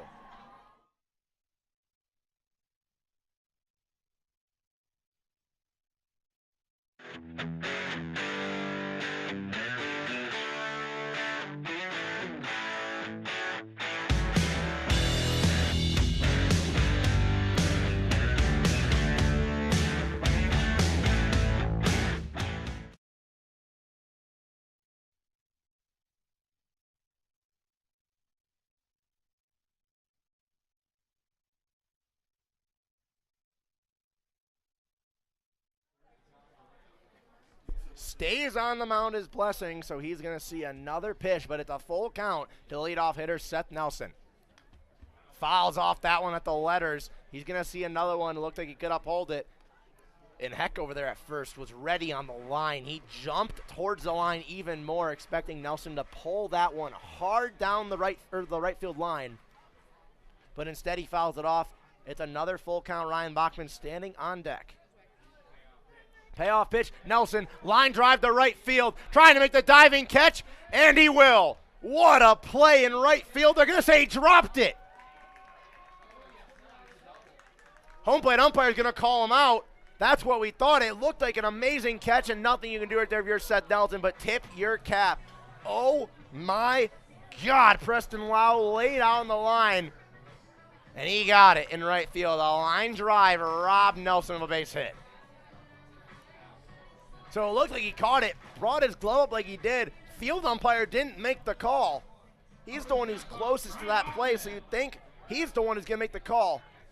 Took the home plate umpire to make that one. First pitch to Bachman, low, going to be ball 1. That is the first lead-off out that this Zap defense and pitching staff has gotten. It's been Bryson Hoyer doubling and Bryson Hoyer homering. And now Bachman into center field, going over his Huffman. He'll make the catch. Almost came in too much and almost sailed over his head. Would have been extra bags for Bachman, but 2 away quickly as Ryan Bachman flies out into the outfield for his second time. 3 well-hit baseballs in this game for Bachman, but only one of them has resulted in a hit.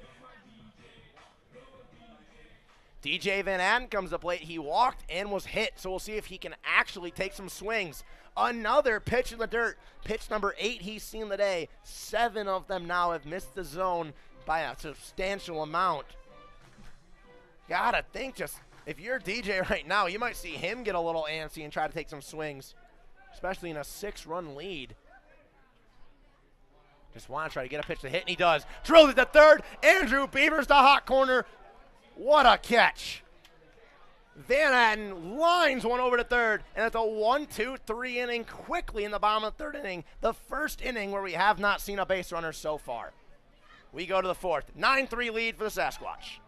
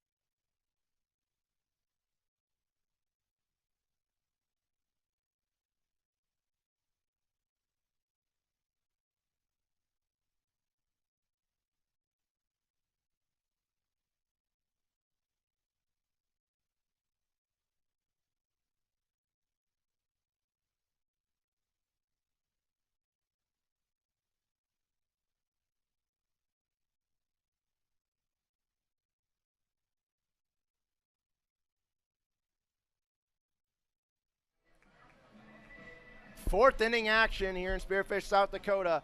Gage Huffman going to lead off here in the top of the fourth. The Sasquatch went 1-2-3 in the bottom half of the third inning. The first inning, we have not seen a base runner in this game. Could we see a turn here and the offensive barrage of the first 3 innings turn into a defensive pitching battle? We will see. Julio Romero back out on the mound. He faces the 8, 9, and 1 hitters for the Zap. Locates the first pitch inside for a strike to Gage Huffman. Singled, stole a bag, came around to score in the second inning. He leads off here in the top of the fourth.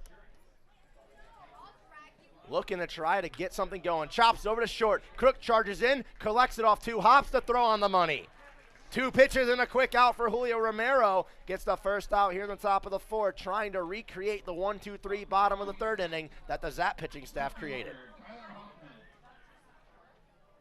Tyler Hoffman, the left fielder, comes up to the plate. He reached on an error by Crook. It was that ground ball that looked like it could have ended the inning with just 1 run scored. It got up on Crook, went off his chest. Hoffman reached and came around to score. First pitch inside, low in the dirt for ball 1 from Romero. This has been the exact polar opposite of any Sasquatch game we've seen this year, home or away. We haven't seen this many runs in a game in I don't even know how long. It might have been since the Fremont series. That one chopped over. Romero takes it himself, flips it underhand to Naylor. 4 pitches and 2 quick ground outs, 1 to short and 1 Julio Romero takes care of himself. The 1-3 put out for the second out of the inning. Top of the order, 2 up for the third time already for the Zap. Trevor Seagraves up to the plate. He's 0 for 2 on his night, looking to get his first hit and potentially a 2-out rally started for the Zap.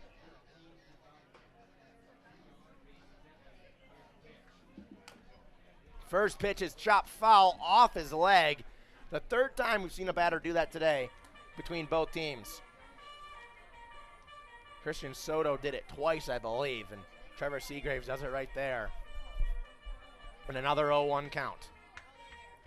Jackson Mix standing on deck if needed. But the way it's gone so far, gotta think Romero might be getting a quick inning. That one in the dirt bounces. It's a 1-1 count. This will be the first at-bat of the inning, of this half inning in the top of the fourth. That makes it longer than 2 pitches in length. The third pitch of the at-bat in the 1-1 count from Romero to Seagraves. Trailing by 6 right now if you're the Zap. Just try to get base runners on. That one's going to be drilled into right field. It's going to be a single. And it's a 2-out base runner for the second baseman and leadoff hitter, Trevor Seagraves. So 1-2-3 inning won't happen for the first time for the Sasquatch. It's a 2-out single from the top of the order, trying to get a rally going and chip into the 6-run lead that the Sasquatch have obtained through the first 3 innings.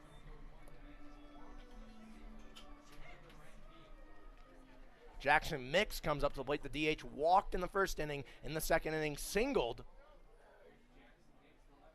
And now has a chance to keep this 2-out rally going. That pitch low. Seminar couldn't pull it up in time. It's going to be ball one for Romero. The arms have stopped throwing in the Sasquatch bullpen. Have to see who gets the nod. Gunnar Thompson was hot yesterday in Dickinson, so you got to think might be his time, but we'll have to see. That one upstairs. Seminar tried to pull it down. Did not fool the home plate umpire at the 2-0 count. Right now, if you're Romero, just trying to force a ground ball. You already have 2 ground balls hit this inning. A lot of ground balls have been hit on the day, so we'll have to see.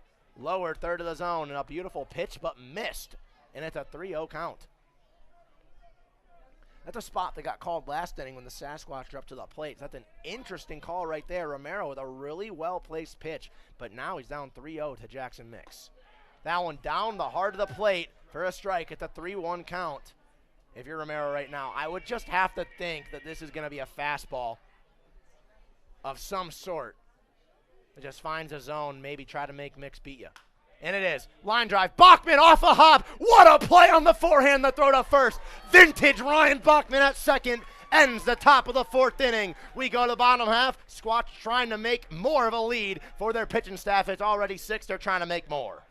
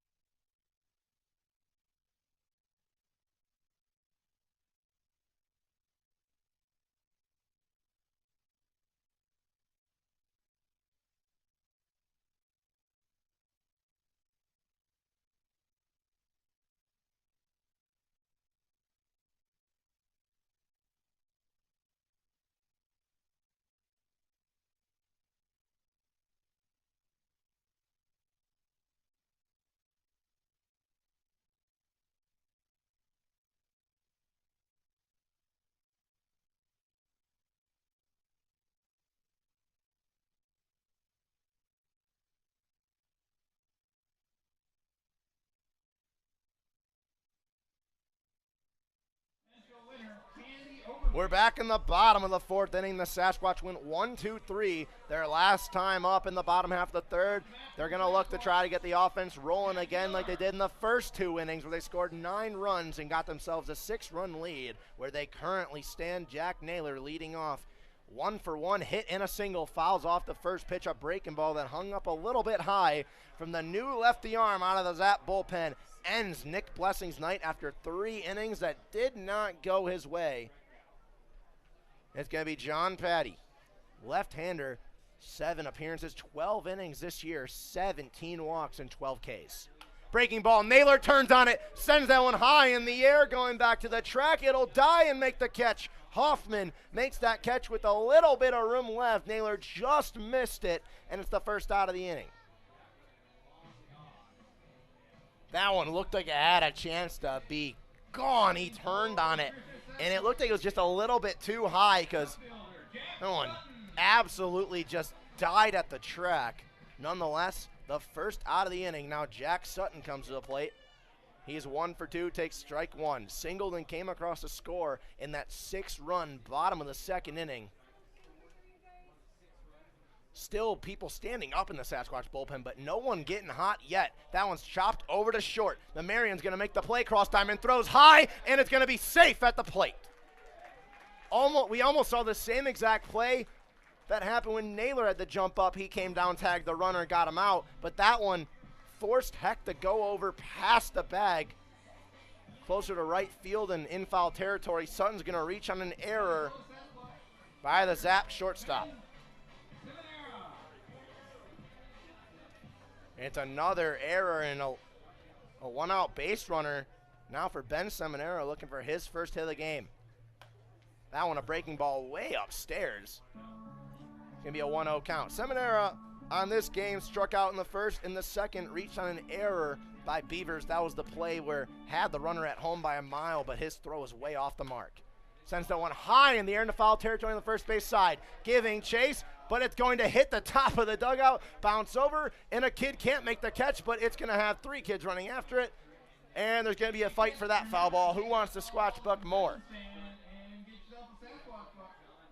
Thank God that one hit the top of the dugout, and we didn't see it hit those folks sitting along the Sasquatch dugout. That could have been disastrous. But it's a 1-1 count from Seminara. A rare ball in the air for the Sasquatch catcher. Here's the 1-1 count to Seminara. Breaking ball, another one high in the air. Going back is Mamarian. He settles one step into the grass and makes the catch for the second out of the inning. It's a fly out to very shallow left field, basically shortstop, maybe a step into the grass. Christian Soto coming up to the plate, reached on a fielder's choice back in the second inning. Came around to score, was hit by a pitch in his first at-bat back in the first inning. His third at-bat already of this one. He's manning the hot corner today for the Sasquatch. Watches that pitch go for strike one. Patty throwing a lot of breaking balls early on, and a lot of them, if you're noticing, are hanging. They're getting away from him. He is not controlling, but the velo just maybe catching these batters off guard for the Sasquatch. 64 miles an hour on that pitch. They check the runner at first, makes it back in no time. So Sutton standing at first base. He had that RBI single back in the second. Went to second on an error by center fielder Gage Huffman. Breaking ball, Soto drills it down the line. Going over is Hoffman, a beautiful read off that ball, and it's going to retire the side. An error allowed Jack Sutton to reach, but other than that, 3 flyouts, 2 to left, 1 to shallow shortstop. Ends the inning. We go to the 5th. Julio Romero back out. It's a 6-run lead for the Squatch. Do you know the locals' choice for gaming excitement? It's the Lodge at Deadwood Gaming Resort. With new games arriving every month, our selection of slot machines is the freshest in town. You can always find a game with our card tables open 24 hours a day. And parking is free and easy at the Lodge, with the area's largest free parking only steps away from our front door. Enjoy spacious and comfortable gaming at the Lodge at Deadwood, the locals' choice.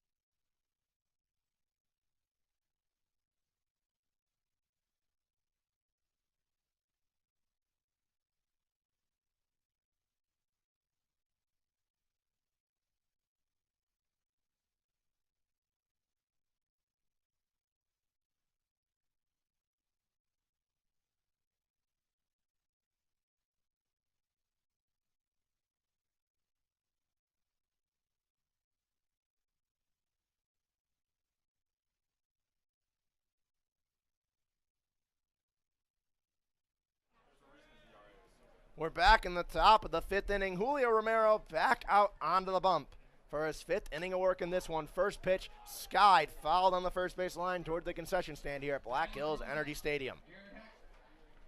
Jared Heck 0 for 2, 2 ground outs to the left side of the infield, 1 to third base and 1 to short. Last at bat was the lead off the third inning. It was that play that the ball sailed away from Soto on the throw to first, but Naylor made that gold glove play. Another chopper to Crook. Can't make the backhand play. It's going to be a single. That is a tough spot and a perfectly placed chopper right in the hole between Crook and Soto, a leadoff base runner in the fifth inning. Weak contact, but a single for Jared Heck. Preston Lau comes up to the plate, 1 for 2 on his night. Now with a runner on first after that leadoff single. Trailing by 6, 3 runs, but 7 total hits to 3 errors right now for the Zap. What's really cost him? Tries to lay down a bunt. That one might have defied all physics because it went straight back. Didn't even look like he got touched. Preston Lau 1 for 2 from Skyline College. 226 in the season coming into the day. He tried to bunt the first pitch. We'll see what he does here. No bunt, skies it, deep right field. Van Atten taking a beeline back to the track. He'll make the catch over the shoulder for the first out of the inning. A well-hit ball from Preston Lau, but DJ Van Atten makes a beeline, gets a catch for the first out of the inning. Right fielder, Preston Lau. Kyle Mamarian up to the plate now. Preston Lau flies out to right field for the first out of the inning. Jared Heck goes back to first base. Your beer batter, Kyle Mamarian, shortstop. Kyle Mamarian, the beer batter, has not struck out yet. He's reached base both times, 1 for 1 with a single, came around to score in the second inning, and a walk. Last one, first pitch is a strike. So Julio Romero trying to give the people here at Black Hills Energy Stadium something to be proud of. Now we officially have an arm at least getting loose with a catcher in the bullpen. It's Gunnar Thompson. Well, it could be his game to come into in this one after Julio Romero finishes this one. Outside, 1 pitch away from cheap beer here in Spearfish, South Dakota. Julio Romero. Chance to get just his 3rd strikeout of the night. It's been a lot of contact and a lot of big defensive plays. Here's the pitch. That one upstairs in, almost jammed him, fouls it off. Count remains 0-2. Marion trying to capitalize on that leadoff single by Jared Heck. On deck, Carson Trumpold. 1 for 2, if needed. If Mamarian can potentially get that runner over in scoring position, maybe keep the one out. Could see a run chop away, and he does. Line drive in the left field for a single. Jared Heck's going to go to second, and Kyle Mamarian in an 0-2 count. The beer batter singles in the left field. Now 2 runners on, 1 away. For the 6th spot, Carson Trumpold, the catcher.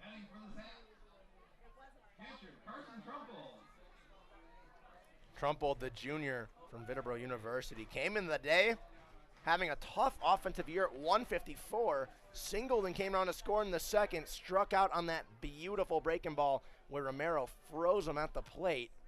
Back in the 3rd. Hits that one over to Bachman at second. His only play that first. No, he gets Crook over to first, a double play. My goodness!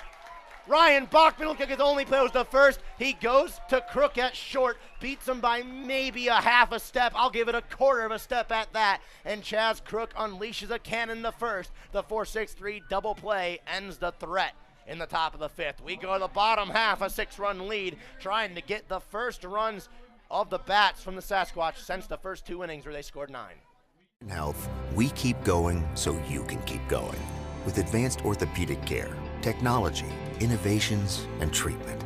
So keep exploring, keep making memories, keep going with Monument Health as your partner.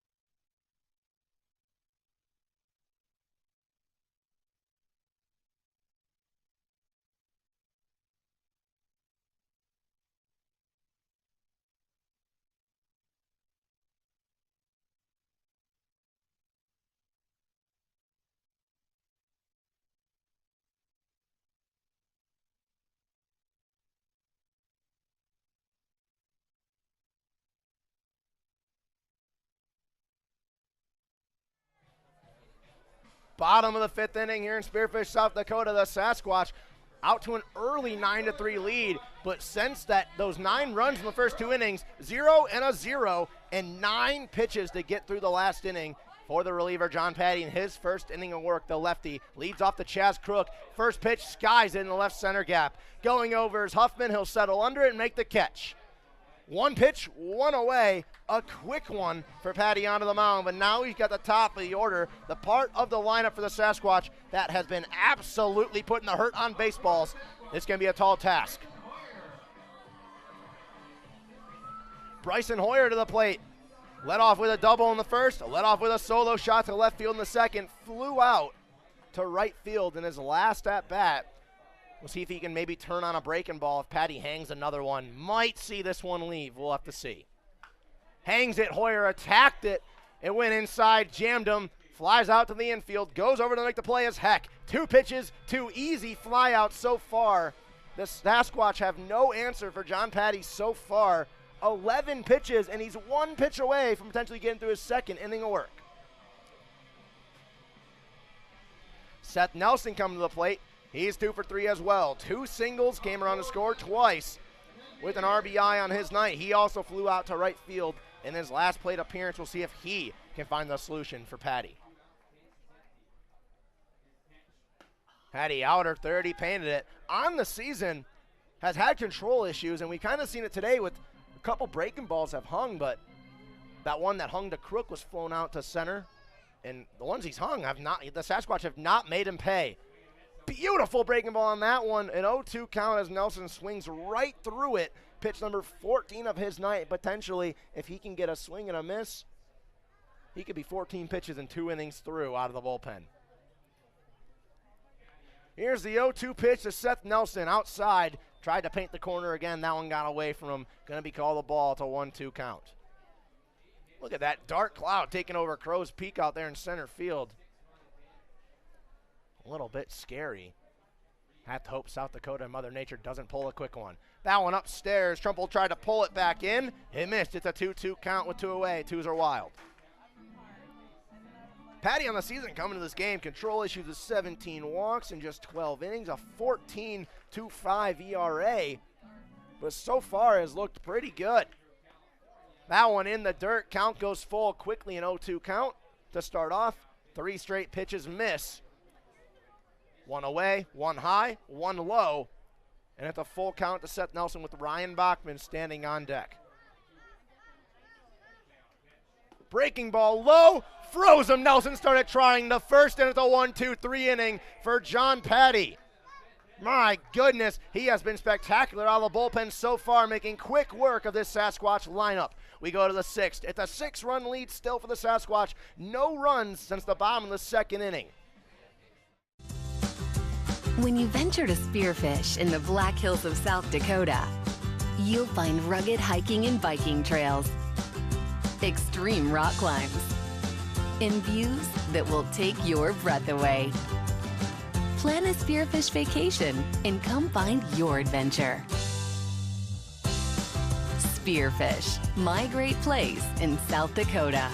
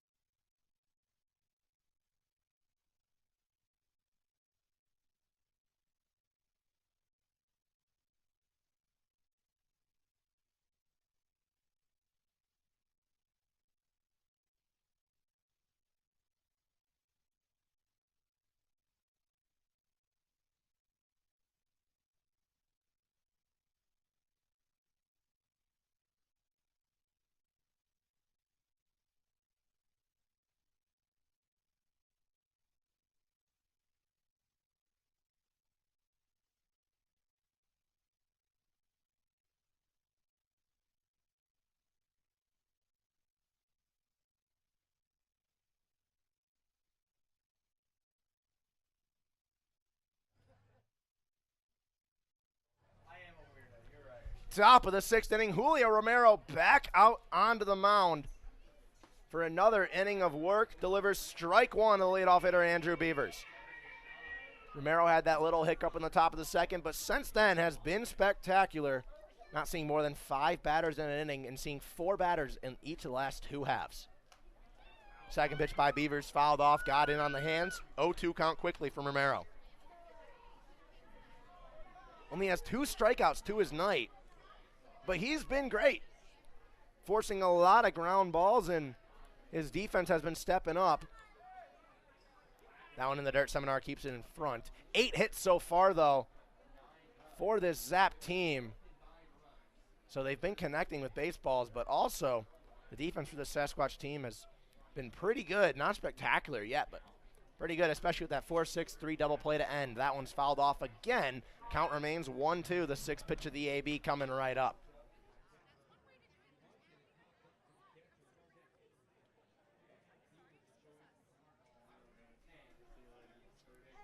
One-two count from Julio Romero to the leadoff hitter Andrew Beavers. 7-8-9 due up for the Zap. Here they trail by 6. Breaking ball drilled foul down the line. Soto making chase over there, tried to make the diving play, but it was foul. It just looked like a precautionary dive to try to stop it in case the home plate umpire decided that that ball was fair. Didn't want it to be extra bases, as Jack Sutton in left field didn't even make a jump.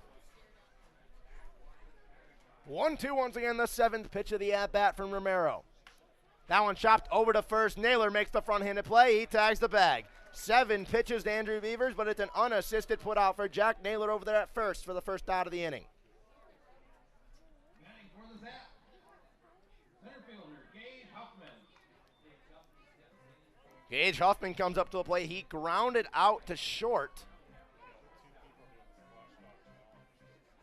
It was that play that Chaz Crook gunned him over at first base. So we're going to see if he can change that up. Pitch in the dirt. Seminar tried to scoop it up. He did, but it's called a ball. 1-1-0 count to Huffman. 8-9 now. Gage Huffman and Tyler Hoffman standing in the hole. Huffman singled and came around to score in that big second inning, but since then the Zap offense has been pretty quiet as that one misses down low. It's a 2-0 count early. It was that 4-6-3 double play that ended the 5th inning. 2 singles looked like it could be scary and the Zap could chip away. With that beautiful 4-6-3 Bachman Crook and the cannon over to Naylor. Breaking ball finds a zone. 2-1 count now. It's a beautiful 2-0 breaking ball from Julio Romero right there. A tough pitch, but a front door slider on a 2-0 count that absolutely freezes Gage Huffman. That one's chopped over to second. Bachman on the run. He'll make the play, and easy toss to first. Ryan Bachman over there at second base has been phenomenal to any ground ball hit his way, and there's no exception on that one. He gets the 4-3 put out for the second out of the inning. Julio Romero really painting the zone and letting these Zap hitters take advantage of it. They have 8 hits, only 3 runs. 1 of them earned to Romero. But the defense has been great on any ball that's been hit where it's even a possibility they can make a play. That one's going to be drilled in the left field. Soto couldn't get to it. He was playing closer to the line. And it gets by him for a 2-out single from the 9 spot, Tyler Hoffman. His first hit of the ball game. He's now 1 for 3. He did reach on an error and came around to score in the second inning. Trevor Seagraves up to the plate. 1 for 3 with a single on his night, looking to keep the 2-out rally going. As he hits that one in the left field over the glove of Soto. It's a 2-out rally going. Sutton had a little trouble that comes up with it. Keeps the runner at second, but now a runner in scoring position and a chance to get at least something to try to chip away at this 6-run deficit if you're the Zap. First pitch attacked, and Trevor Seagraves gets his second single of the night. He singled with 2 away back in the 4th inning, and then Jackson Mix up to the plate now, grounded out to Ryan Bachman at second play. It was that beautiful front-handed play where Ryan Bachman flashed the leather and ended that threat in the bottom half of the 4th, or the top half of the 4th, excuse me. Here's the pitch from Romero. Outer third, a beautiful pitch, gets the first strike. Mix 1 for 2, walked and singled in the first 2 innings, but since then had a hard hit ball to second base. It was that vintage Ryan Bachman play we saw that ended the top of the 4th inning and any threat.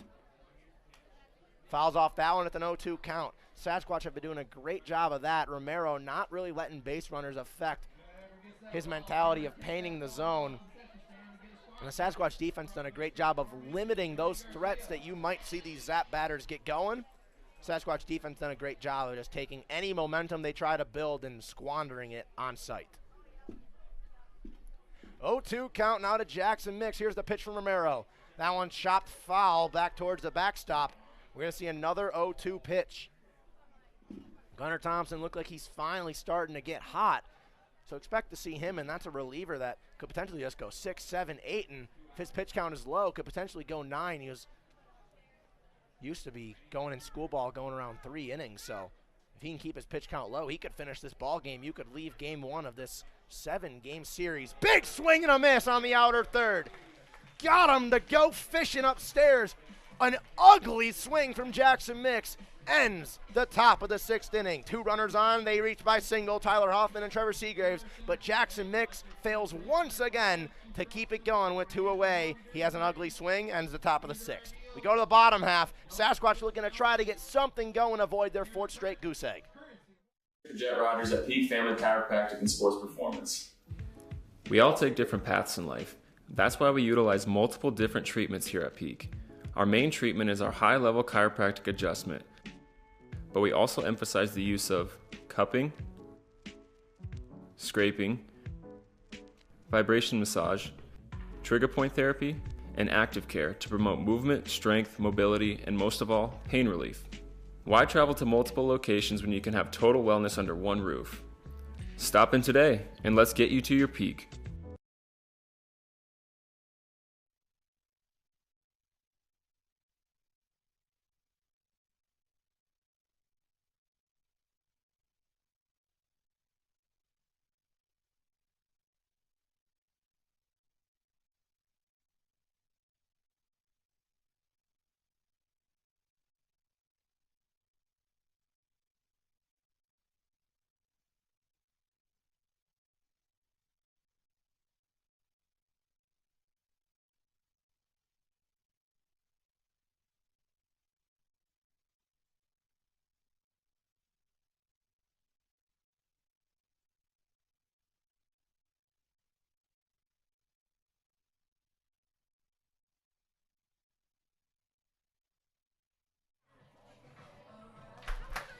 Bottom of the 6th inning, Ryan Bachman set to lead off, trying to find any answer possible for John Patty, who out of the bullpen has been spectacular. 17 pitches for him. He's gone through 2 innings, and he has been great. Ryan Bachman has put the ball in the air in his last 2 at-bats. He fouls off that one in on the hands, the 0-1 count early. Bachman has flown to deep right field and deep center field.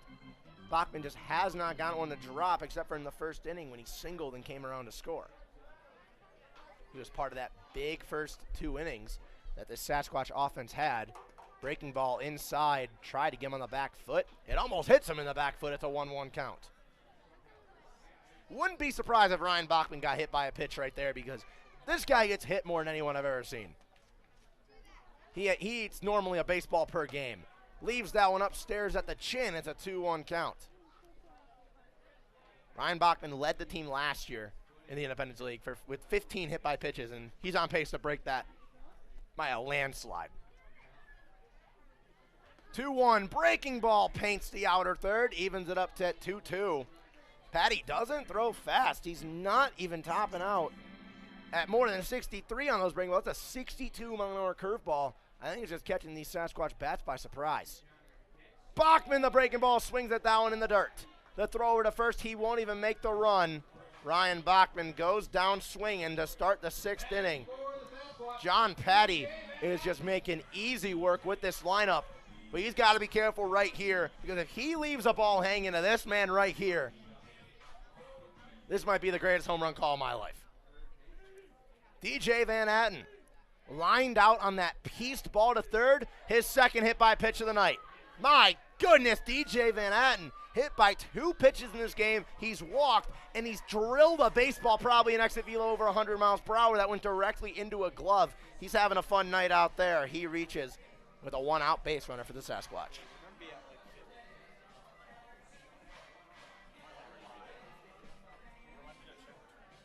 Jack Naylor comes up to the plate.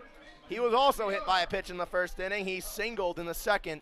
Flew out to left field on a well-hit ball and to lead off the fourth inning. One they just got under, almost got the first run of the game from Patty. Almost got a home run. He watches the first pitch breaking ball go low in the dirt for ball one. Jack Sutton standing on deck. But Jack Naylor watches that one low. It's a strike. Caught the inside corner, and Naylor now with a 1-1 count. Naylor just missed that home run ball earlier in the fourth inning. We thought it was long gone, but he just got under it. It died at the track. Breaking ball, he tried to check his swing. It goes off the hands. Going to be fouled down the first base line. It's going to be a 1-2 count now to the Sasquatch first baseman. Those first two innings gave us a whole different perspective on how this game was going to be played, but since we saw 12 runs come across the board for both teams combined in the first two innings of play, it's been goose egg, goose egg, goose egg. Naylor fouls that one off on the inside breaking ball. Started middle, and it broke inside and jammed him. He fouls it off. We'll see another one. Since the first 12 combined outs through both teams, we saw 12 runs. This could be the 8th goose egg. Naylor puts it over to short, and here it is. 6-4 to throw, way high and late. Mamarian had an easy 6-4-3 double play, but took his sweet time flipping it over to second. Seagraves had no chance to gun Naylor. He's going to reach first on a fielder's choice. Heading for the Sasquatch, left fielder Jack Sutton. Jack Sutton comes to the plate now with 2 away and a runner on first. This inning should be over. There is no way that Mamarian just took that much time to field that ground ball. That pitch inside goes up on Sutton, and it hit him. I feel like that sentence comes out of my mouth at least 12 times a game, but Jack Sutton gets hit. Naylor goes to second. It's another hit by pitch for the Sasquatch. My goodness.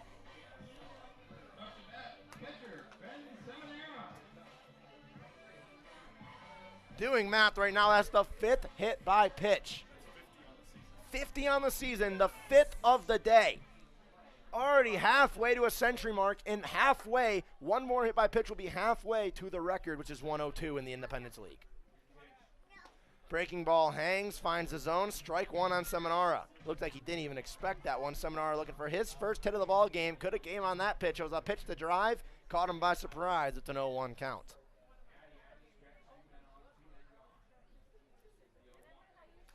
Seminar chops at it. Fouls it off, 0-2 count. 0-2, 2 outs with 2 men on base. A man in scoring position. Jack Naylor stands at second. Jack Sutton was the 5th hit by pitch victim of the game for the Sasquatch. He's at first. Seminar to the plate. Soto on deck in the hole. Chaz Crook, if needed. Had to see if the Sasquatch can get a little 2-out rally going. That one's going to be drilled down the left field line and fair. Naylor's going to go around third, and it gets by the left fielder.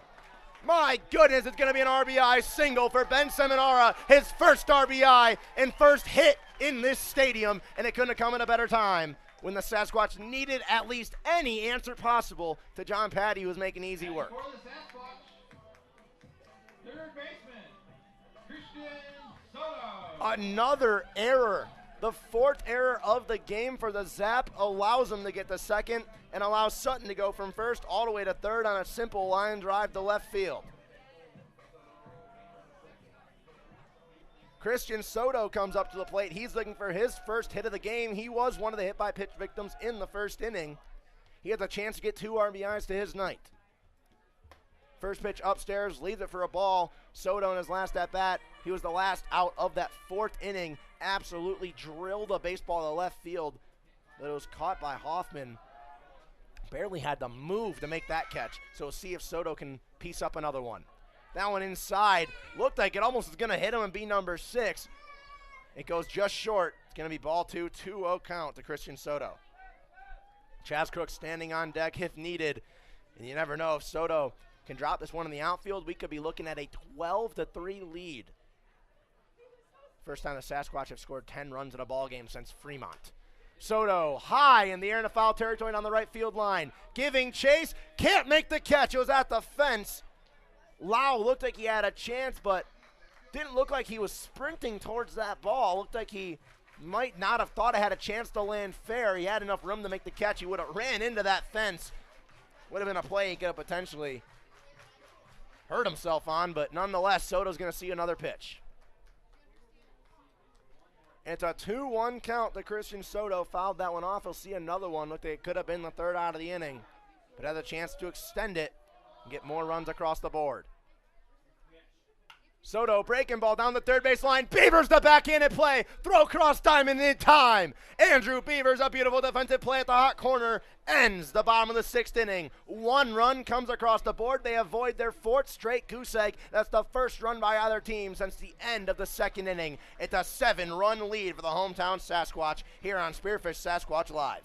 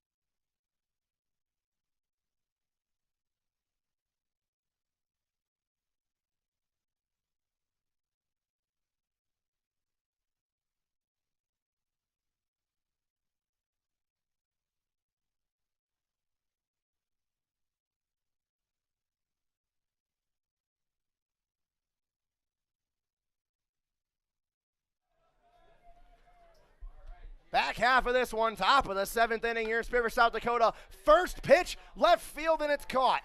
A line drive. Julio Romero out once again for another inning of work. His first pitch was pieced by Jared Heck to left field, but a perfect play by Sutton. Barely had to move. He makes the catch in the outfield celebrating.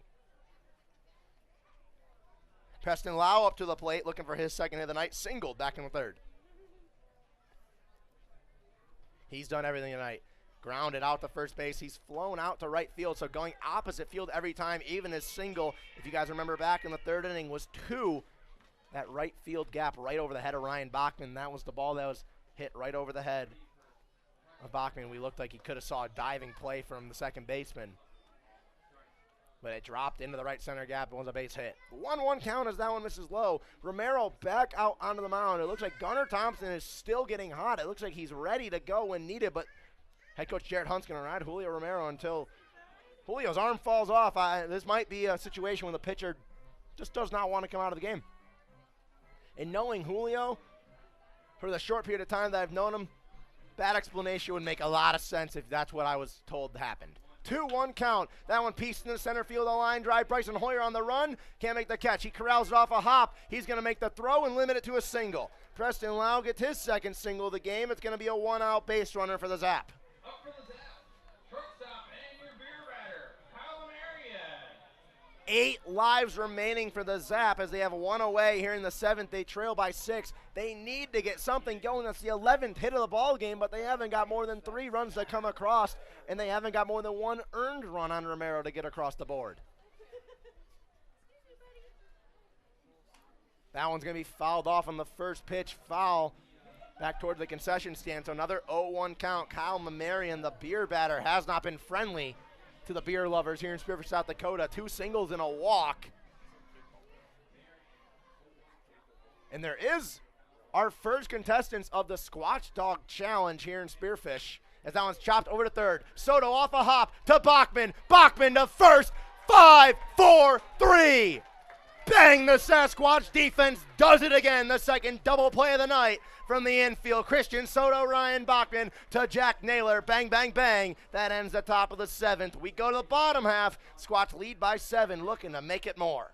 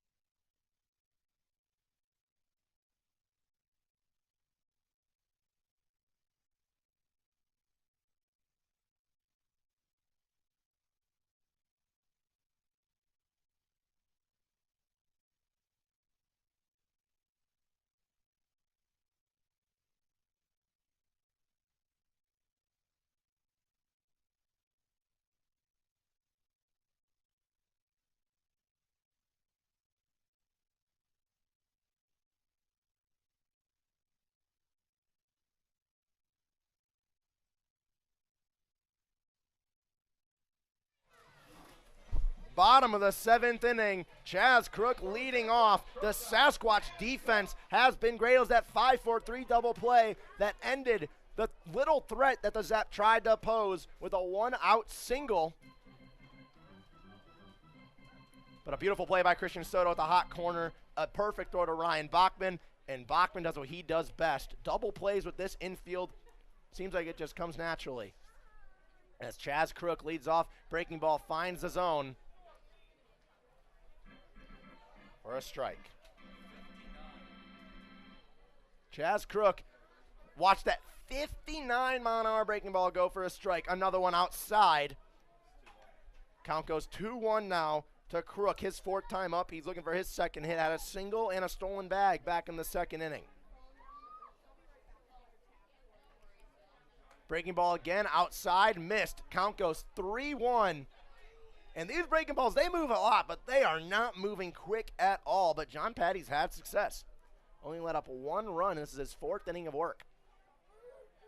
3-1 count to Crook. Breaking ball upstairs at the letters. He'll take his bag. Chaz Crook gets on base for the 2nd time tonight. It's a leadoff walk for the Sasquatch. A chance to potentially get some more runs across the board. And we'll see if Julio Romero goes out again. He's at 97 pitches. But the way he's been going lately, you might see head coach Jared Hunt try to ride him out a little bit longer and maybe try to preserve arms for the later half. You got 6 more total games in this series, 1 doubleheader when we go to Pierre, South Dakota, Friday, Saturday, and Sunday to finish out the first half of the year. Bryson Hoyer gets hit by a pitch. Number 6 of the day and number 51 on the year. Exactly halfway to the league record. The Sasquatch are trying to make history. Bryson gets on base for the 3rd time tonight. He's doubled, homered, well, and now he's been hit. They don't want him to try to go over the cycle. The Zap don't want to see Bryson Hoyer do that to him. Might be the first cycle in Sasquatch history if he was able to do it, but not going to have a chance if he gets hit in the first pitch he sees. Runners on first and second, still no outs for Seth Nelson. 2 singles in this one, looking for his third base knock of the day and second RBI of the night. He had the first RBI of this game on the second at bat of the game, following Bryson Hoyer's leadoff double. He drove him home with a single into center field. Breaking ball drops in there for a strike. It's a 1-1 count now to Nelson. Struck out looking to Patty back in the 5th inning to end the bottom half of the 5th, that 1-2-3 inning. For the Zap, it was a quick turnaround for the Sasquatch defense and for Julio Romero. Have to see if Nelson can put a ball in the outfield, potentially get another RBI to his night. Nelson, ground ball to second, past the glove of Segraves. 1 run will score. Hoyer's going to round, he'll go to third. The throw will get cut off with an RBI single once again for Seth Nelson. He is now 3 for 5. Hoyer advances all the way to third. Chaz Crook scores easily from second. It's 11-3 now here in Spearfish, South Dakota.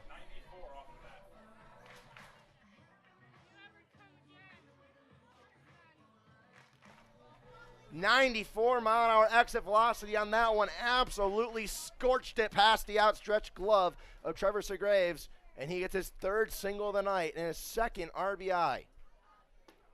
Bachman watches that one go low and inside. Doesn't love it, but it's an 0-1 count early on to the Sasquatch second baseman. Bachman singled and came around to score in the 1st inning, but since then has not had luck. 2 flyouts to deep center and deep right and a strikeout. Watches another breaking ball go for a strike. Struck out to Patty in his last plate appearance against him. It's his 2nd time seeing him in 2 innings. He's seen 2 breaking balls go by. Patty doesn't look like he throws fastballs. We'll have to see if he brings one here after 2 straight curveballs. He shook off the first 2 signs. That one in the dirt for the first ball. Looked like Bachman might have almost got rung up there. That was a little bit scary because, I mean, if he rings him up on that pitch right there, it looked like the home plate umpire wanted to. Might have seen Ryan Bachman walk back a little bit upset.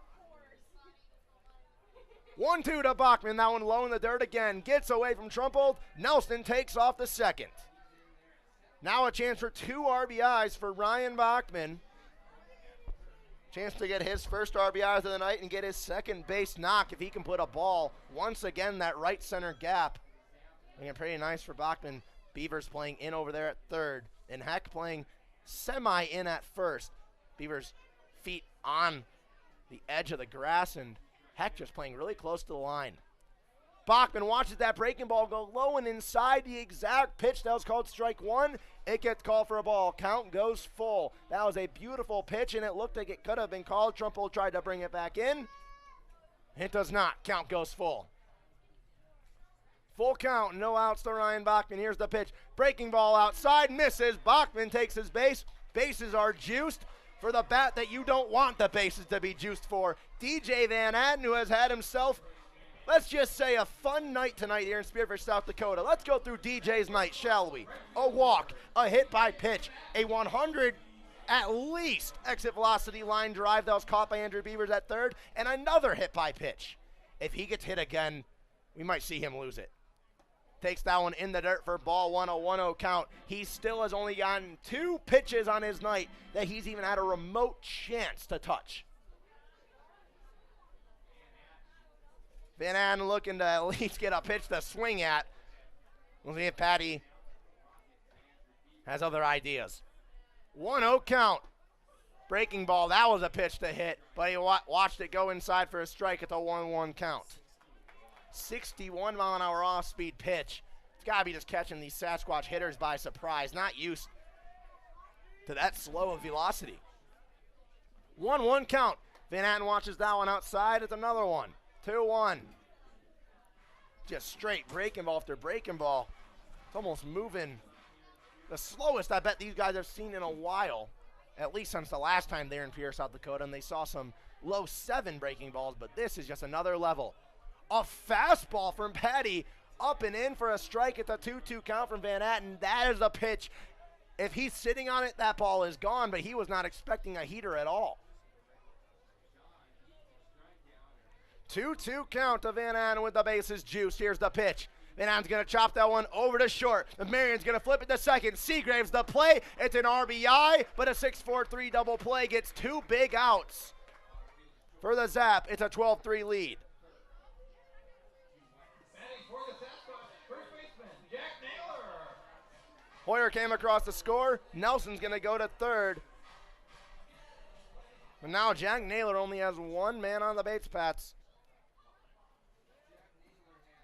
And it's Seth Nelson standing at third base. Naylor, 1 for 4 in his night, looking for his second hit. Turns on the breaking ball inside, foul towards the Zap dugout.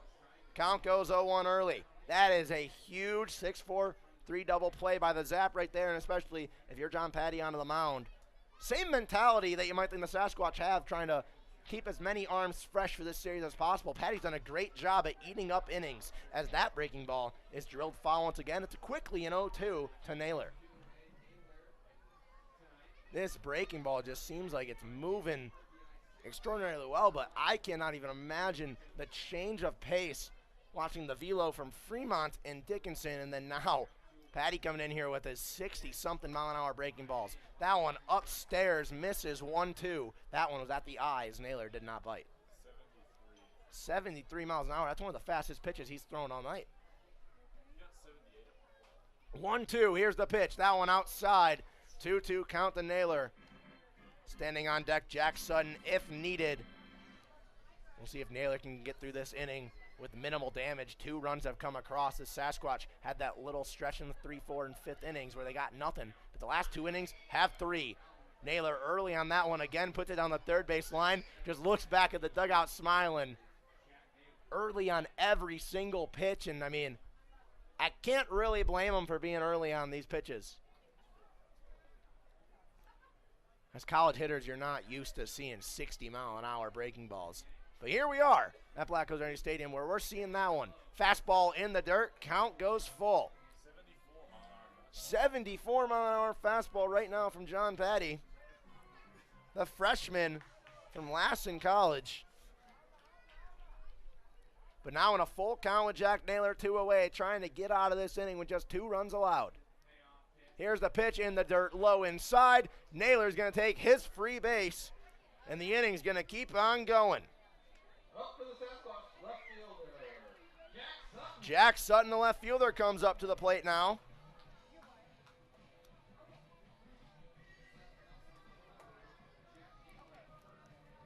Sutton was hit by a pitch in his last at-bat. He's one of the 6 victims so far. Excuse me, I should say one of the 5 victims, as DJ Van Atten's been hit twice. That pitch outside, called a strike.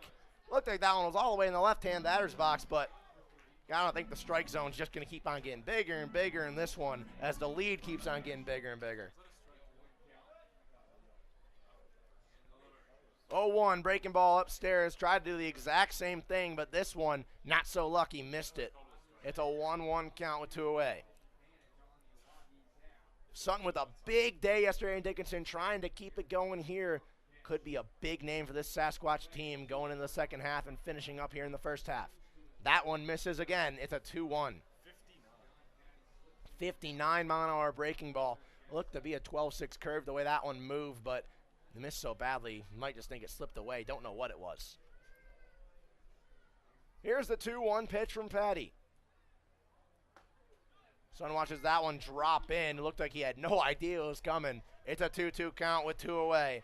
Ben Seminar standing on deck if needed. He got his first hit and RBI at home this season in his last at-bat back in the 6th. We'll see if he gets a chance to go here in the 7th or if he leads off in the 8th. Breaking ball once again misses outside. He's really trying to get that outer third after the first pitch of the at-bat was called a strike on the favorable pitch on the outer third. Has not been able to paint it since. Count goes full. Naylor's going to get a head start over there from first. He's going to step off the mound. Sutton's going to step out, steps back in. Now we'll get a full count pitch. Let's try it again. Full count with 2 away. Naylor on first. Nelson standing on third. Big swing and a miss on the off-speed pitch. caught him by surprise, just can't adjust to the velocity or lack of, therefore. We go to the top of the 8th. 2 runs came across the bottom of the 7th. It's a 12-3 ball game. The Sasquatch looking to cruise their way to a victory. Julio Romero going back out for his 8th inning of work.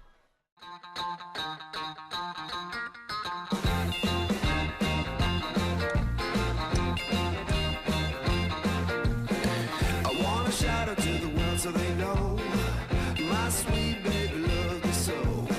She got me going, yeah, she turns me on.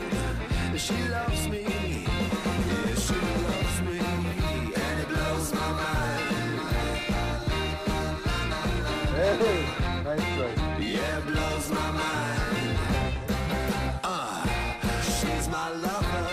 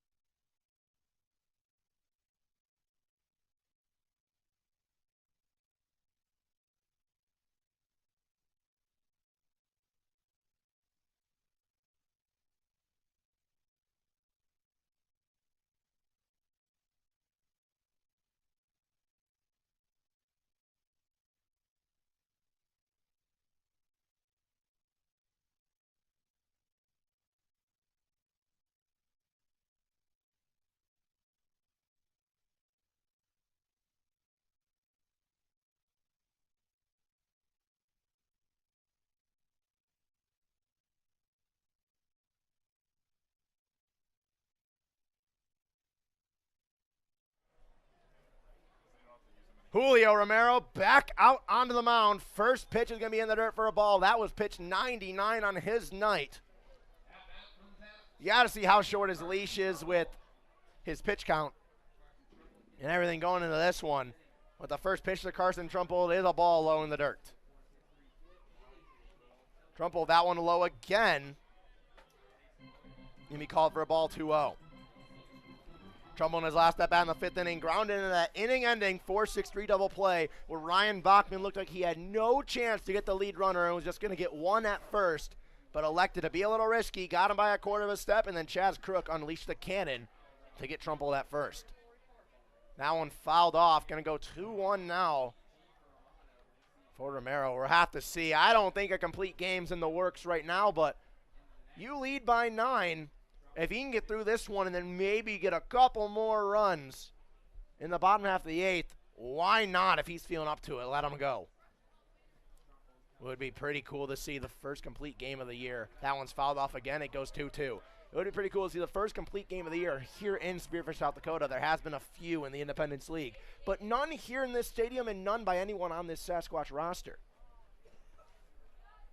2-2 count to the leadoff hitter and catcher, Carson Trumbull. 6, 7, 8 due up. On deck, Andrew Beavers in the hole, Gage Huffman. That's the 1-2-3 due up in this inning for the Zap. They trail by 9. Looking to try to get a little bit back. Romero slipped on that one. Goes 3-2. That dugout, or that mound, doesn't look slippery. We haven't got a lot of rain here in Spearfish as of late. In the last 48-ish hours, but it's already the 3rd time a pitcher slipped on the mound. That one's low, froze him. Julio Romero gets the first out of the 8th inning. Trumbull let it go low, and Romero works the full count well, gets him looking. Only his 4th strikeout of the night. So just relying a lot on his defense. The Zap have 11 hits on him, but they haven't been able to get more than 1 earned run across the board. That one going to be low for a ball 1 to Andrew Beavers. The 3rd baseman, Beavers looking for his first hit of the night. He has had a bad night, to say the least.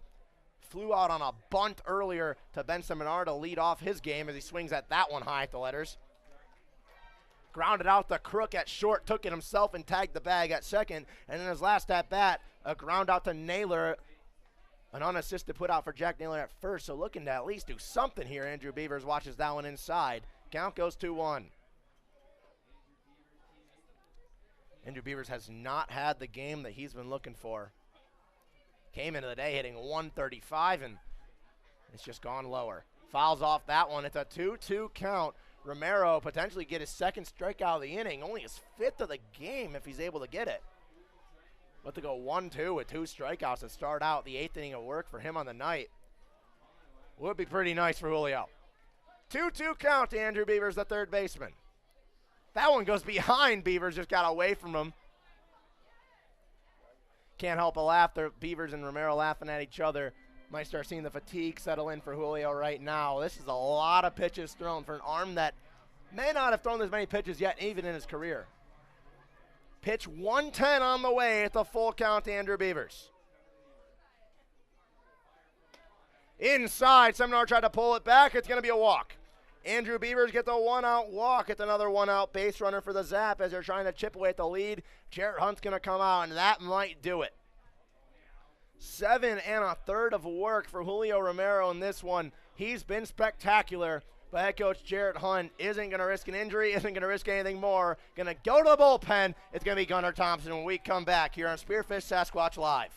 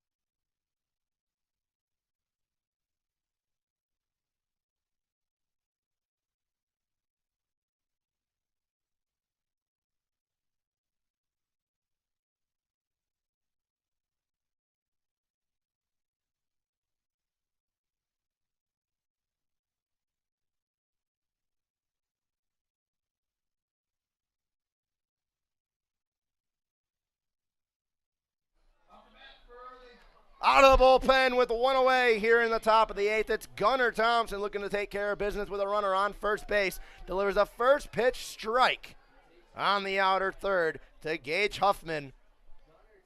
Huffman 1 for 3 on the day. Singled and came around to score in that second inning. The only time that the Zap has been able to get a run across the board. He's going to look to try to change that. Upstairs, left it off at the 1-1 count from Thompson.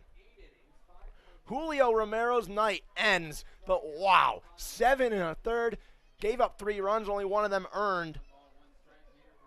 He was pretty good, exactly what you need. First pitch can be drilled in the center field on that one.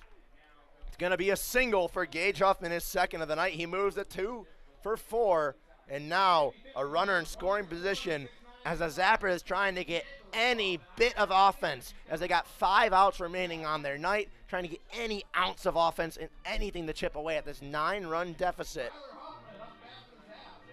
Tyler Hoffman, the 9-hole hitter, now up to the plate, singled and was stranded at second back in the 6th inning. Was part of that mini 2-out rally that Julio Romero took care of by striking out Jackson Mix with a runner on first and second. That one way upstairs from Thompson, going to be a 1-0 count. Gunnar Thompson was absolutely spectacular out of the bullpen for this Sasquatch team.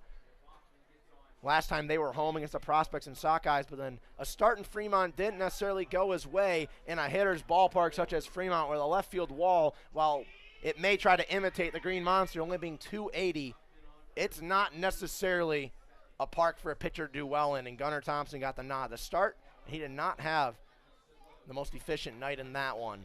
But looking to bounce back here as he's down 2-1 in the count to Tyler Hoffman. Top of the order, due up on deck, Trevor Seagraves, if needed, unless Thompson can force a ground ball and potentially get an inning-ending double play. Outside, Seminar tried to pull it back. Thompson falls down 3-1. Looks like he tried to put a little extra zip on that one. Might see him take a few MPHs off on this one and just try to put in the zone, maybe get his defense to do some nice work. Here's the 3-1 pitch. That one's going to be fouled away. The count will run full. Runners will get a head start.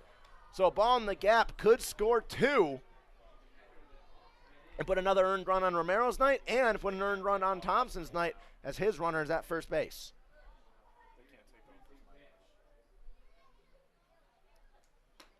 Outside, ball 4. Bases are juiced. My apologies, folks at home, can't take off. There's only 1 out. I was under the impression, I don't know why my brain was thinking there was 2 away on that one. But nonetheless, Tyler Hoffman, he's going to get a walk. Bases are juiced. Beavers goes over to third. Huffman goes to second. Hoffman to first. And now Trevor Seagraves, the leadoff hitter, singled in the 6th inning. Was stranded at first. He comes to plate with the bases juiced. Fouls off the first pitch. Out of the stadium, back directly behind the Sasquatch dugout into the soccer field here at the Black Hills Energy Sports Complex in Spearfish, South Dakota. 0-1 count from Seagraves. Thompson looking to get a ground ball, or potentially if he can get a strikeout here would be huge.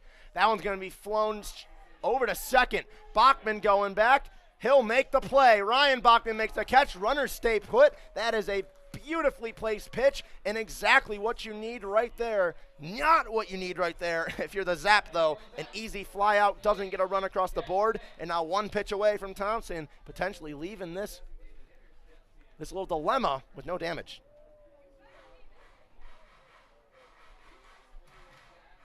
Brings up Jackson Mix, the designated hitter. Singled back in the 2nd, walked in the 1st, but since then grounded out to Ryan Bachman. In the 4th, struck out swinging in the 6th to Julio Romero to end that one with 2 runners on. Bases are juiced, takes ball 1 at the chin. Going to be a 1-0 count to Mix. Here the Squatch right now leading by 9, not necessarily worried. Another arm getting loose in the bullpen. I'd assume Gunnar Thompson's going to finish this one. That one inside, gets out of the way as Mix. Going to be a 2-0 count with 2 away. 12 hits on the night for this Zap offense, but they have not been able to get those runners across. They've stranded a lot of runners on base and a lot of runners in scoring position. Have to see if they can capitalize here. That one misses. They'll give it a strike. Low and inside. Looked like it missed on that one. I want to watch the replay right here and see what you folks saw at home. Looked a lot lower than that with Seminar's body language behind the dish. Fooled us up here in the booth, but nonetheless a 2-1 count with 2 away. Chopped at that one high and inside. 2-2 count as he fouled that one off. Beautiful spot from Gunnar Thompson. That's a pitch that's really hard to hit, and honestly, you're not doing anything with that pitch. So an interesting swing from Jackson Mix on that one. 2s are wild here in Spearfish, South Dakota. Thompson trying to get out of the top of the 8th with the 9-run lead still intact. Not trying to let the Zap chip away at all, but they have the bases juiced. 2-2, chops it back to Thompson. He'll jog over to first, underhand flip the nailer, and that'll do it. Bases are juiced, but once again the Zap can't get anything across the plate. With runners in scoring position, they strand 3 on the base paths. 12 hits, but only 3 runs have come across, and that's exactly why, failing to capitalize with runners in scoring position. We go to the bottom half of the 8th. Sasquatch lead by 9, looking to get a little more cushion as they try to close out a Game 1 victory here in Spearfish, South Dakota.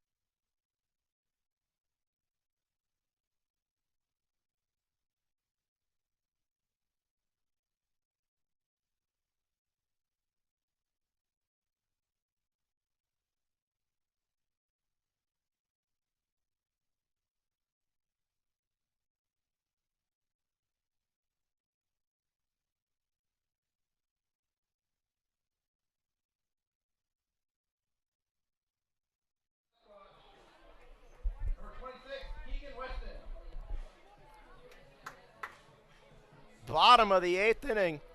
Here in Spearfish, South Dakota, the Sasquatch looking to get a little more runs across the board. It's going to be Keegan Weston leading off in this inning in a pinch hit for Ben Seminara.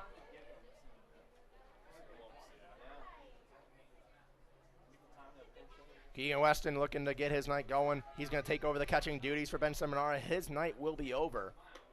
And that one up at the chin from the new pitcher for the Zap. It's Gage Huffman. And Gage Huffman, if you folks can remember from this series in Pure, South Dakota, was the pitcher that came into the game in games 1 and 2, was the pitcher who broke Bailey Borges' hand and hit, I would say, a combined 7 runners in those 2 innings. We'll have to see what he can do, but he slides in from center field, and taking over the center field duties, it'll be Tyler Traphagen. I would assume first pitch almost nailing Weston. At the home plate umpire walking out there might have been a warning in this one. It's a 9-run game. Gotta see what goes on. But I'd be careful right now if I'm the Sasquatch batters. You do not want to step in front of one. And Sasquatch luckily going to get Bailey Borges back soon. That one high again. Weston has to get his shoulder out of the way. It's a 2-0 count.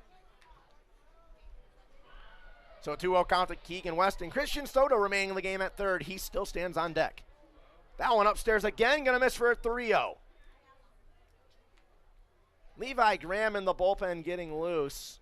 We'll have to see if Gunnar Thompson goes out again or if Graham is just there in case. A 3-0 count. Weston watches that one go for a strike at the letters. It's a 3-1. 3-1 count to Keegan Weston. That one was pulled down by Trumple behind the dish. That one upstairs, Weston will walk. Sees 5 pitches, all of them high. One of them gets the letter part of the zone, but 4 of them missed the zone high, and Keegan Weston is awarded a walk. Lead off base runner for the Sasquatch. They lead by 9, but there's no harm in having a extra cushion, and oh man, this might be bad. Christian Soto and Gage Huffman.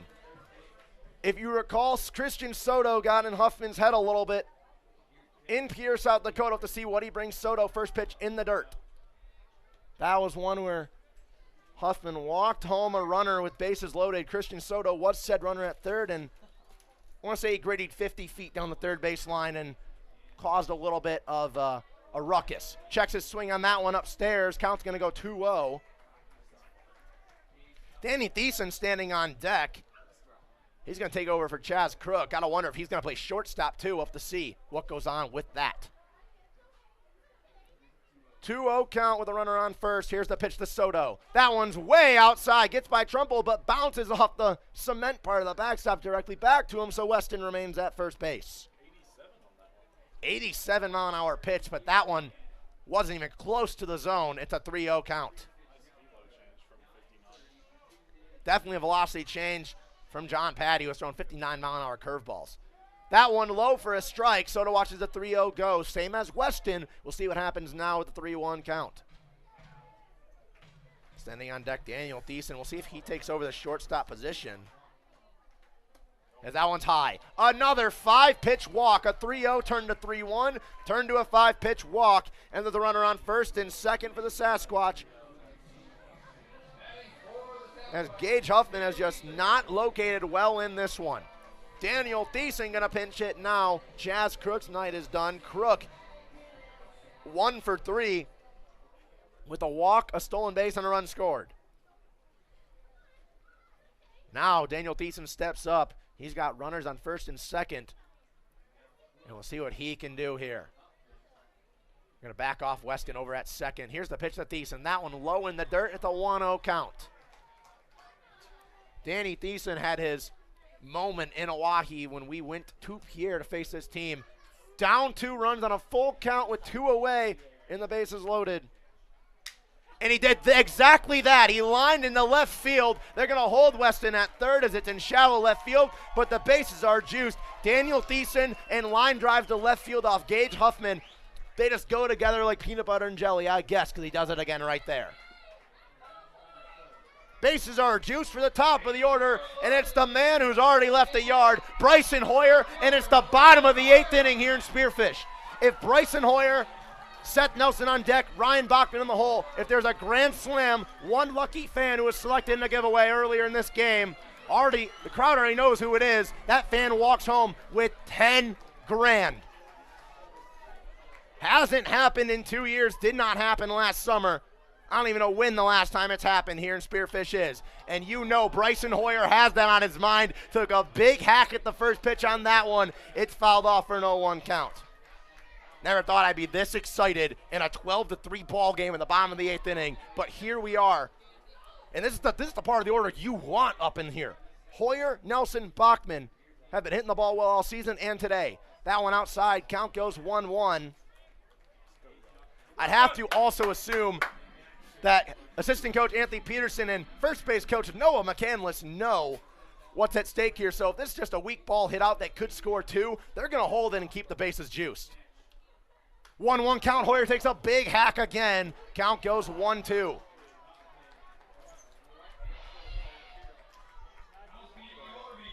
Sasquatch batters know exactly what's at stake here, and you can hear this crowd get into it. I mean, Sasquatch leading by 9, but the crowd knows what's at stake. Oh, that would be a fun way to cap off this night and cruise into a victory. That one outside, count goes 2-2. I'd also have to assume if Carson Trumpold misses the ball and it gets by him, Keegan Weston is not taking off.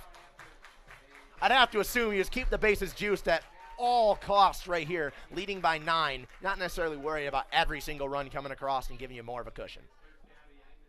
2-2 pitch. Hoyer checks his swing upstairs. Offers no. Full count to Bryson Hoyer.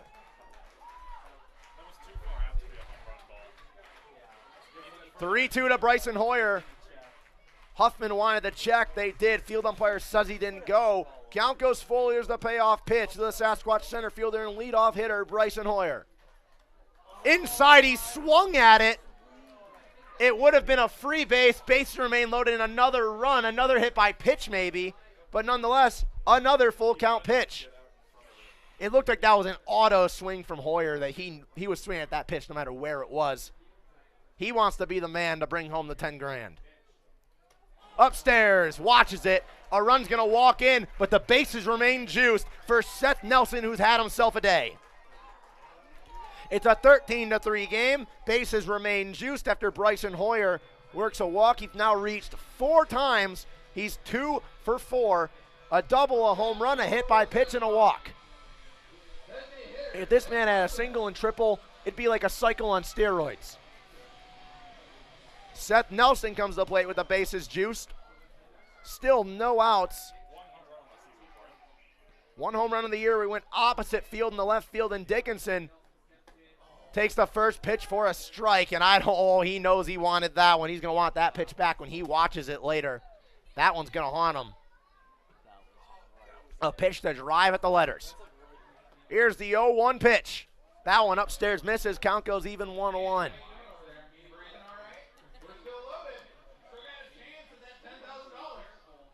Oh, I wish I knew who this person was that was awaiting potentially winning $10,000.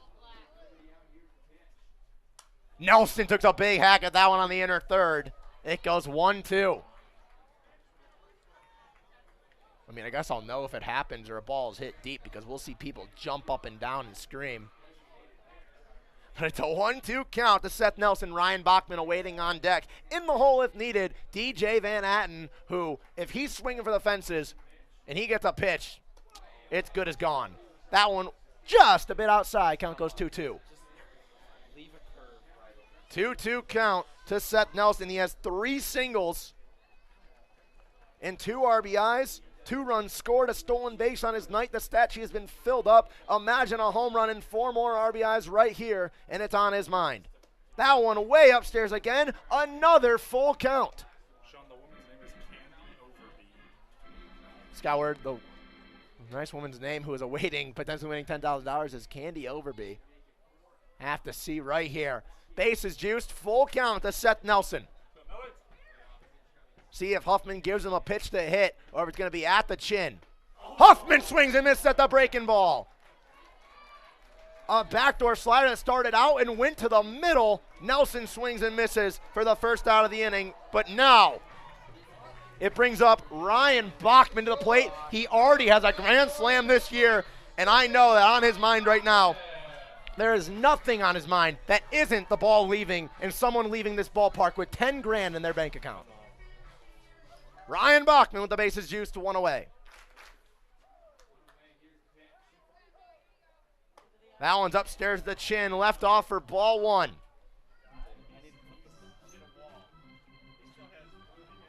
One 0 to Ryan Bachman, looking for his second grand slam of the year and the first one in the bottom of the 8th inning in a while here in Spearfish, South Dakota. Rips that one in the center field. It'll score 1, but they're going to hold the bases juiced. It's another run on the board, 14-3, an RBI single from Ryan Bachman. Bases juiced, and now DJ Van Atten to the plate. This is who you want to the plate right now if you are on the verge of winning $10,000. There's no other person on this roster I would pick to come up to the plate besides DJ Van Atten. We've seen him in Fremont take a pitch at his nose that you would think no one had a chance of touching, and he drills it 500 feet. And it hits him. Another one. He's been hit 3 times. Gage Huffman is not for the people. It's another run. Bases still juiced. DJ Van Atten, 3 hit by pitches this game. My goodness. DJ Van Atten is pissed.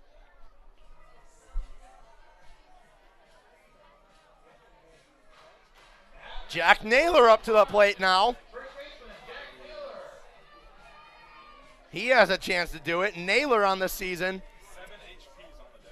Got some power. That's a 7th hit by pitch on the day. 52 on the season. Definitely a number that would surprise some people. Naylor, a big swing at the first pitch for strike 1. It would also surprise some people, especially if you incorporated the amount of games played in that number. This is the 19th game played, and we're at 52 hit by pitch. That one upstairs at the nose, left off for a 1-1 count with 1 away. Bases remain juiced. This is still alive, folks. Once again at the nose, it's a 2-1 count. It's a 15-3 lead for the Sasquatch. Well, I don't think anyone would care what the lead is if someone leaves here with 10 grand. 2-1, looking for a pitch to drive is Jack Naylor. Here's the pitch from Huffman. Naylor's going to ground that one over to short. Going to get by the glove. A run will score. They hold the runner up. The bases are juiced again. It's a 16-3 lead. Anthony Peterson, he wants this home run to happen. He is not letting anyone round third.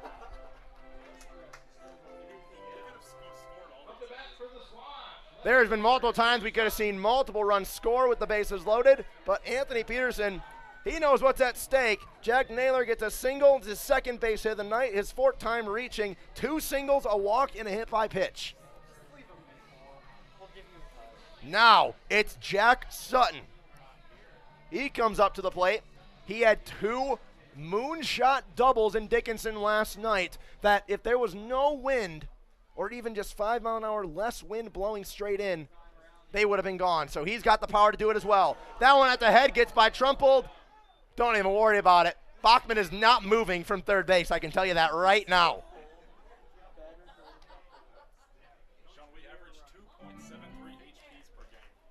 So we're just doing the math now up here in the booth during downtime. The Sasquatch this year so far have averaged 2.73 hit by pitch per game. That's got to be a record at any level of baseball. Here's the 1-0 pitch to Sutton. Big swing and a miss, or big swing and a foul off. Just missed it. It was a pitch to hit, and it's a 1-1 count for Jack Sutton.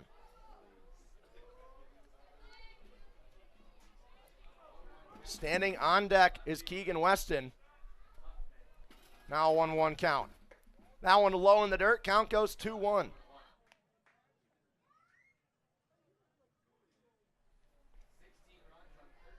(16-3) lead for the Sasquatch. And at the 2-1 pitch to Sutton. In the dirt, scoop by Trumple at the 3-1.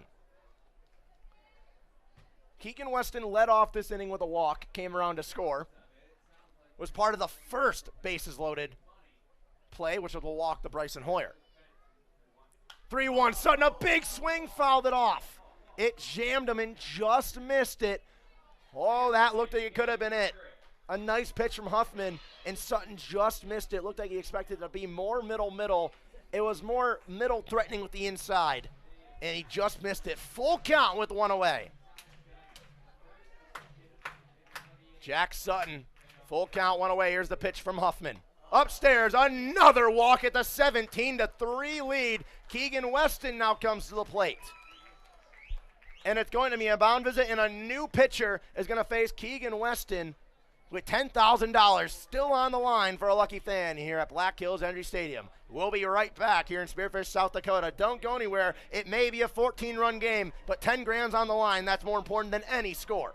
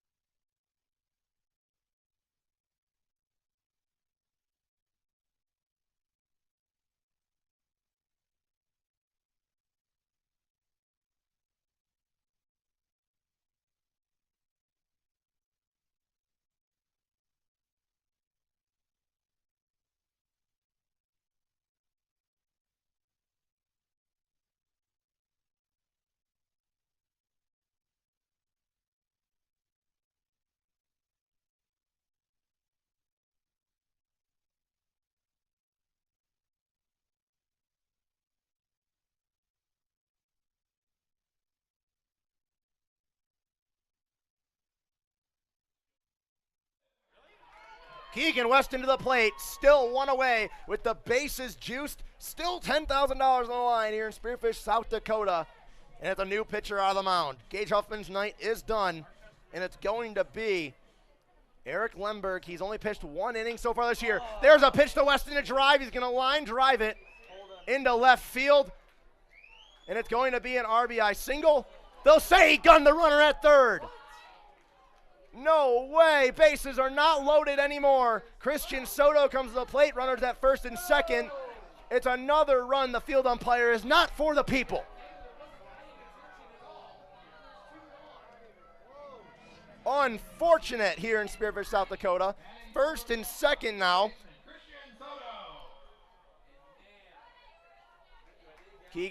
Christian Soto now to the plate. Bases are not loaded anymore, but on deck, Daniel Thiessen. He has a home run of the season.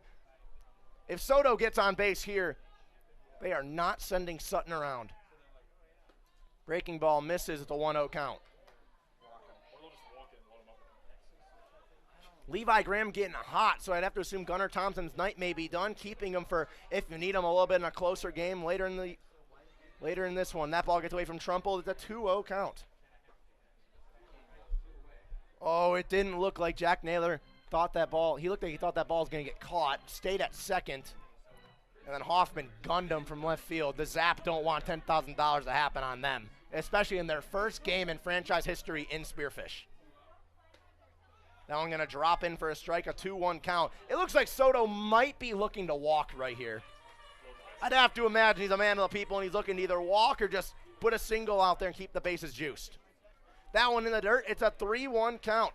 Wait, no, he'll walk. It was a 3-1 count. He will walk.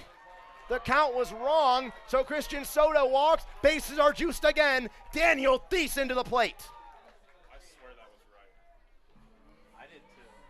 I'm not quite sure that was a 3-1 count, but I'm not going to complain because bases are juiced again. And a bat like Daniel Thiessen, he got the first home run of the year for the Sasquatch. And now looking for the big grand slam, takes a big swing at that one and misses. Danny Thiessen's got one home run, 4 RBIs in the year, hitting .265 coming into this one. He singled just earlier in this inning. That one outside, got the zone. Not quite sure it got the zone, but got the zone. It's an 0-2 count. An 0-2 count to Daniel Thiessen with 10 grand on the line. In the dirt, scooped by Trumpold. It's going to be a 1-2 count. Yeah, that 0-1 pitch did not catch the zone. I'm just going to say that now. That did not catch the zone looking at the replay. Absolutely not even close. Upstairs at the chin, going to be called the ball. 2-2 count. Bryson Hoyer standing on deck. The top of the order due out for the Sasquatch again. This would be Bryson's 7th at-bat of the game if he was able to get up. Decent high fly ball, and that'll end the inning. Heck's going to go over into shallow right field. He'll make the catch. 10 grand was on the line for about 27 and a half minutes, but it does not get delivered. It's an 18-3 lead for the Sasquatch, going to the top of the 9th, looking to close this one out and leave game 1 with a whopping 16-run victory. 15-run, excuse me, math is hard.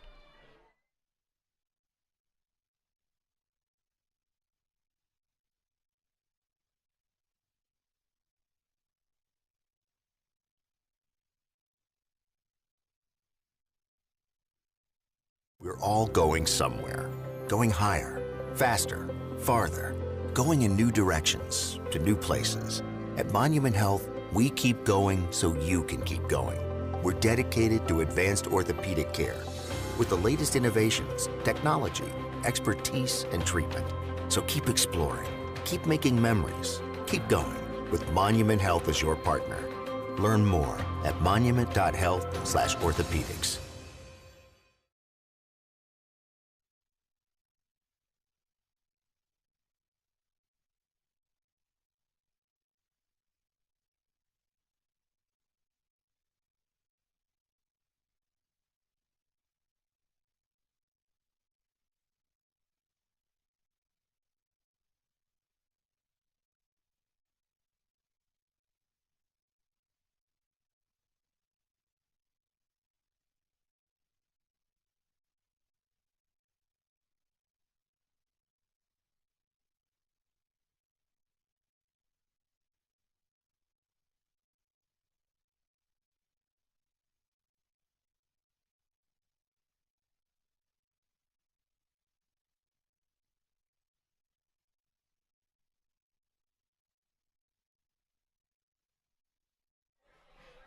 Top 9, Sasquatch looking to close it down in the Squatch Dog Challenge. The 2 contestants going on right now, looking to finish it off.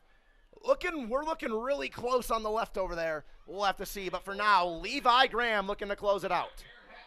It's an Oahe Zap intern on the left, and he is close to it. On the right, Lewis Melhoff, he is not close. So we'll have to see. Levi Graham now onto the mound. He's going to look to close this one out. First pitch outside, called for a strike. It's an 0-1 count. Defensive substitutions. Bledgy at short, Gage at second. Gage Crott takes over second base. Parker Bledgy takes over the shortstop position after the plethora of pinch hitters. On the left, it looks like the Oahe intern is contemplating finishing or not. I mean, it's going to cost him probably a whole night in the bathroom. That pitch going to be skied in the center field. Going over, lost it in the light, and it's going to be a base hit. He had no clue where it was. It must have been directly in a light, but it's a leadoff base runner.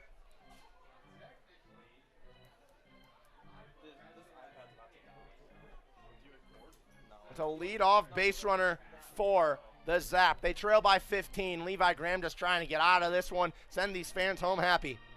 They would have been happier if the Sasquatch could have capitalized with bases loaded and won a nice lady 10 grand, but they'll be happy either way with the potential 15-run victory in game 1 here. Here's the pitch from Graham. Upstairs and away. Count goes 1-0. We gotta go back and forth between his eating contest, putting down some water, trying to get to it. Come on, buddy, you can do it. Let's go, let's go. Oh, he's so close. He's got a little bit to go. Close to anyone's gotten as that pitch misses. Down low, 2-0 count. So Lewis on the right, he is not close at all. He should just concede at this point. 2-0 count. Here's the pitch from Graham. Upstairs and away. It's a 3-0 count.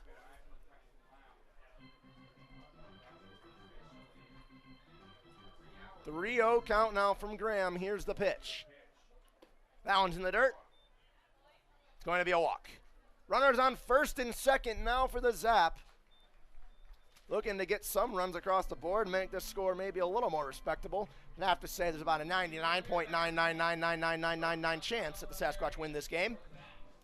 But more reps it is, as Mamarian going to come to the plate last at bat, ground into a 5-4-3 inning-ending double play back in the 7th. That one low, going to be called a ball from Graham.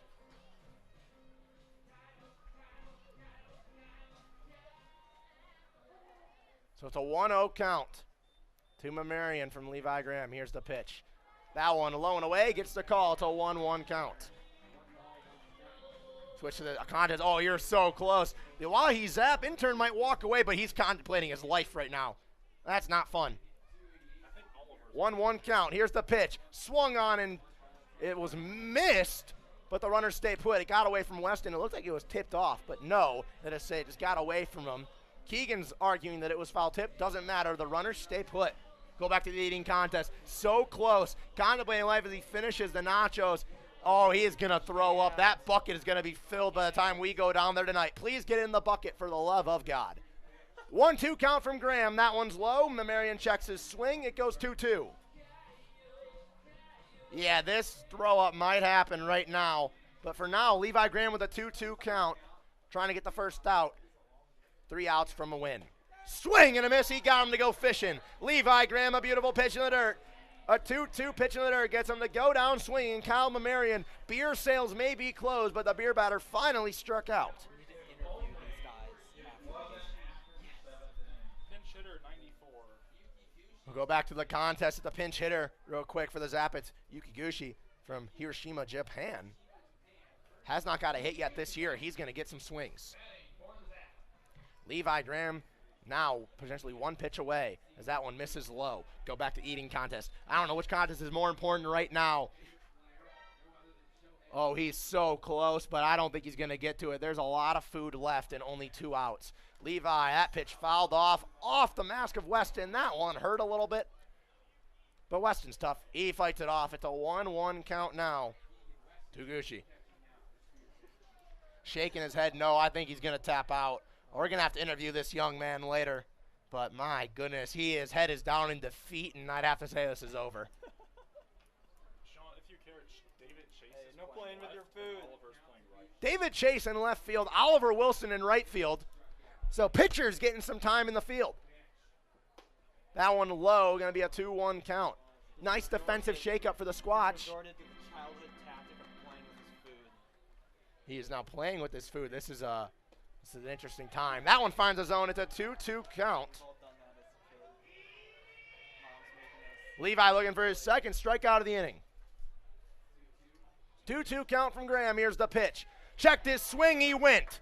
Levi Graham gets his second strikeout of the inning, and now 1 out away from getting this Sasquatch team to their win, but also 1 out away from ending the hopes and dreams of the Oahe Zap intern, who will remain unnamed until he's appearing on the postgame show Sasquatch After Hours here shortly after the final out. Andrew Beavers comes up to the plate representing the last life. First pitch strike from Graham. Looks like he's going to tap out. He has maybe 3 minutes at most to finish this, unless his team can get him more time. Checks his swing on that one in the dirt. Count goes 1-1. 1-1 count from Graham with 2 away. Beavers checks his swing. It's a strike. 1 strike away. And 1 strike away from that young man's life and hopes and dreams not happening. 1-2 count, 2 away, Levi Graham. That one's fouled off. We'll do it again. Count remains 1-2. We'll check back in on the Oahe Zap man trying to do the impossible, and he is not going to do it. He's trying to chug water, it looks like, and get something, but it looks like that challenge still remains undefeated, but that is the farthest anyone has gotten here at Black Hills Energy Stadium. Crowd getting behind Graham with a 1-2 count with 2 away. Here's the pitch. That one's skied high in the air towards shallow right field. Gage Crock going over will make the catch. A 15-run win for the Sasquatch. Pure domination. 18-3. 14 total hits 18 runs. Make sure to stay tuned for Sasquatch After Hours. The young man did not finish the challenge. We're going to hear a word on his experience with the Squatch Dog Challenge. I believe those are the first 2 competitors we've had this year sign up for that challenge. We'll hear from him shortly. We'll also hear from Julio Romero and our player of the game, Seth Nelson, on Sasquatch After Hours.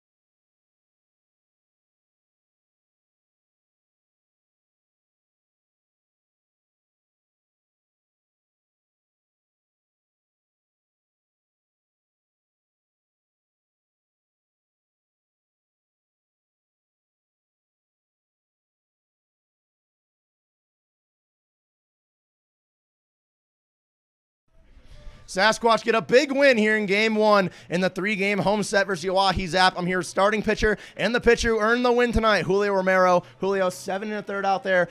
You were just almost like they were hitting your ball, but they weren't going very far, and your defense stepping up. What were you seeing out there? Mainly what I was seeing is just like throw fastball and stuff, and they just kind of peppered around, but I really wasn't scared. It's kind of like every other day on the mound, so you can't really do nothing else other than just keep throwing. Limited strikeouts, but every time you seem to get a strikeout, it almost like they weren't expecting the pitch to be thrown at all. They were just watching it. Bat didn't even move off the shoulder. Was there a certain approach you were taking to 2-strike counts tonight? What is it? Mainly I would just let my catcher do everything because when I'm on the mound, I try not to think as much as possible. That's just the way I do everything. The less I think, the better I do. A great outing today, Julio. Look to carry that momentum. You had that great outing in Fremont. Now this. What does that mean for your confidence going into potentially you're not going to see you again until the second half throwing over 100 pitches today?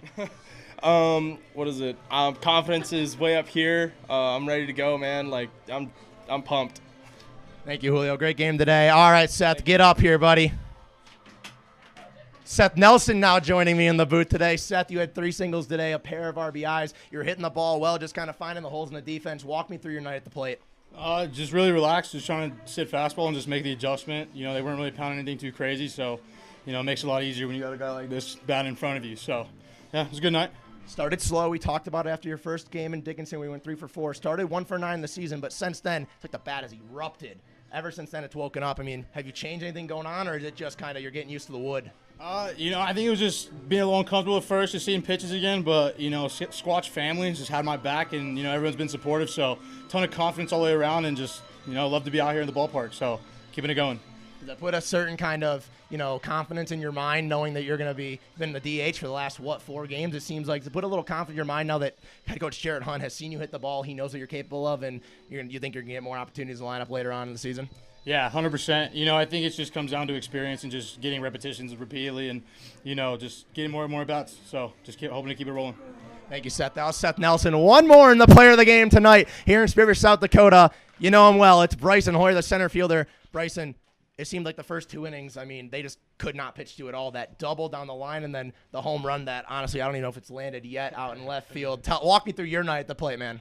I mean, honestly, I was just finding myself getting to 2 strikes a little too much, getting too big early in the count. So with 2 strikes, I'll go to a no stride.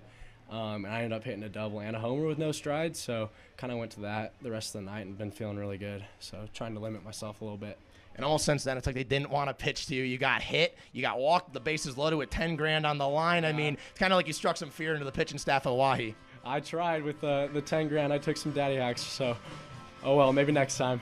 Maybe next time's right, but, I mean, we got to see that 10 grand happen eventually. And when you were up, I was saying there's no better bat you want up right now than Bryson Hoyer, especially after that homer and left. Yeah. So thank you, Bryson. Great game today. We're going to have one more interview here on Sasquatch Live. It's the man who attended the Squatch Dog Challenge waiting on the other side of the press box. Thank you, Bryson. Great game today. Player of the game honors for Bryson today here in Spearfish, South Dakota. Thanks, Sean.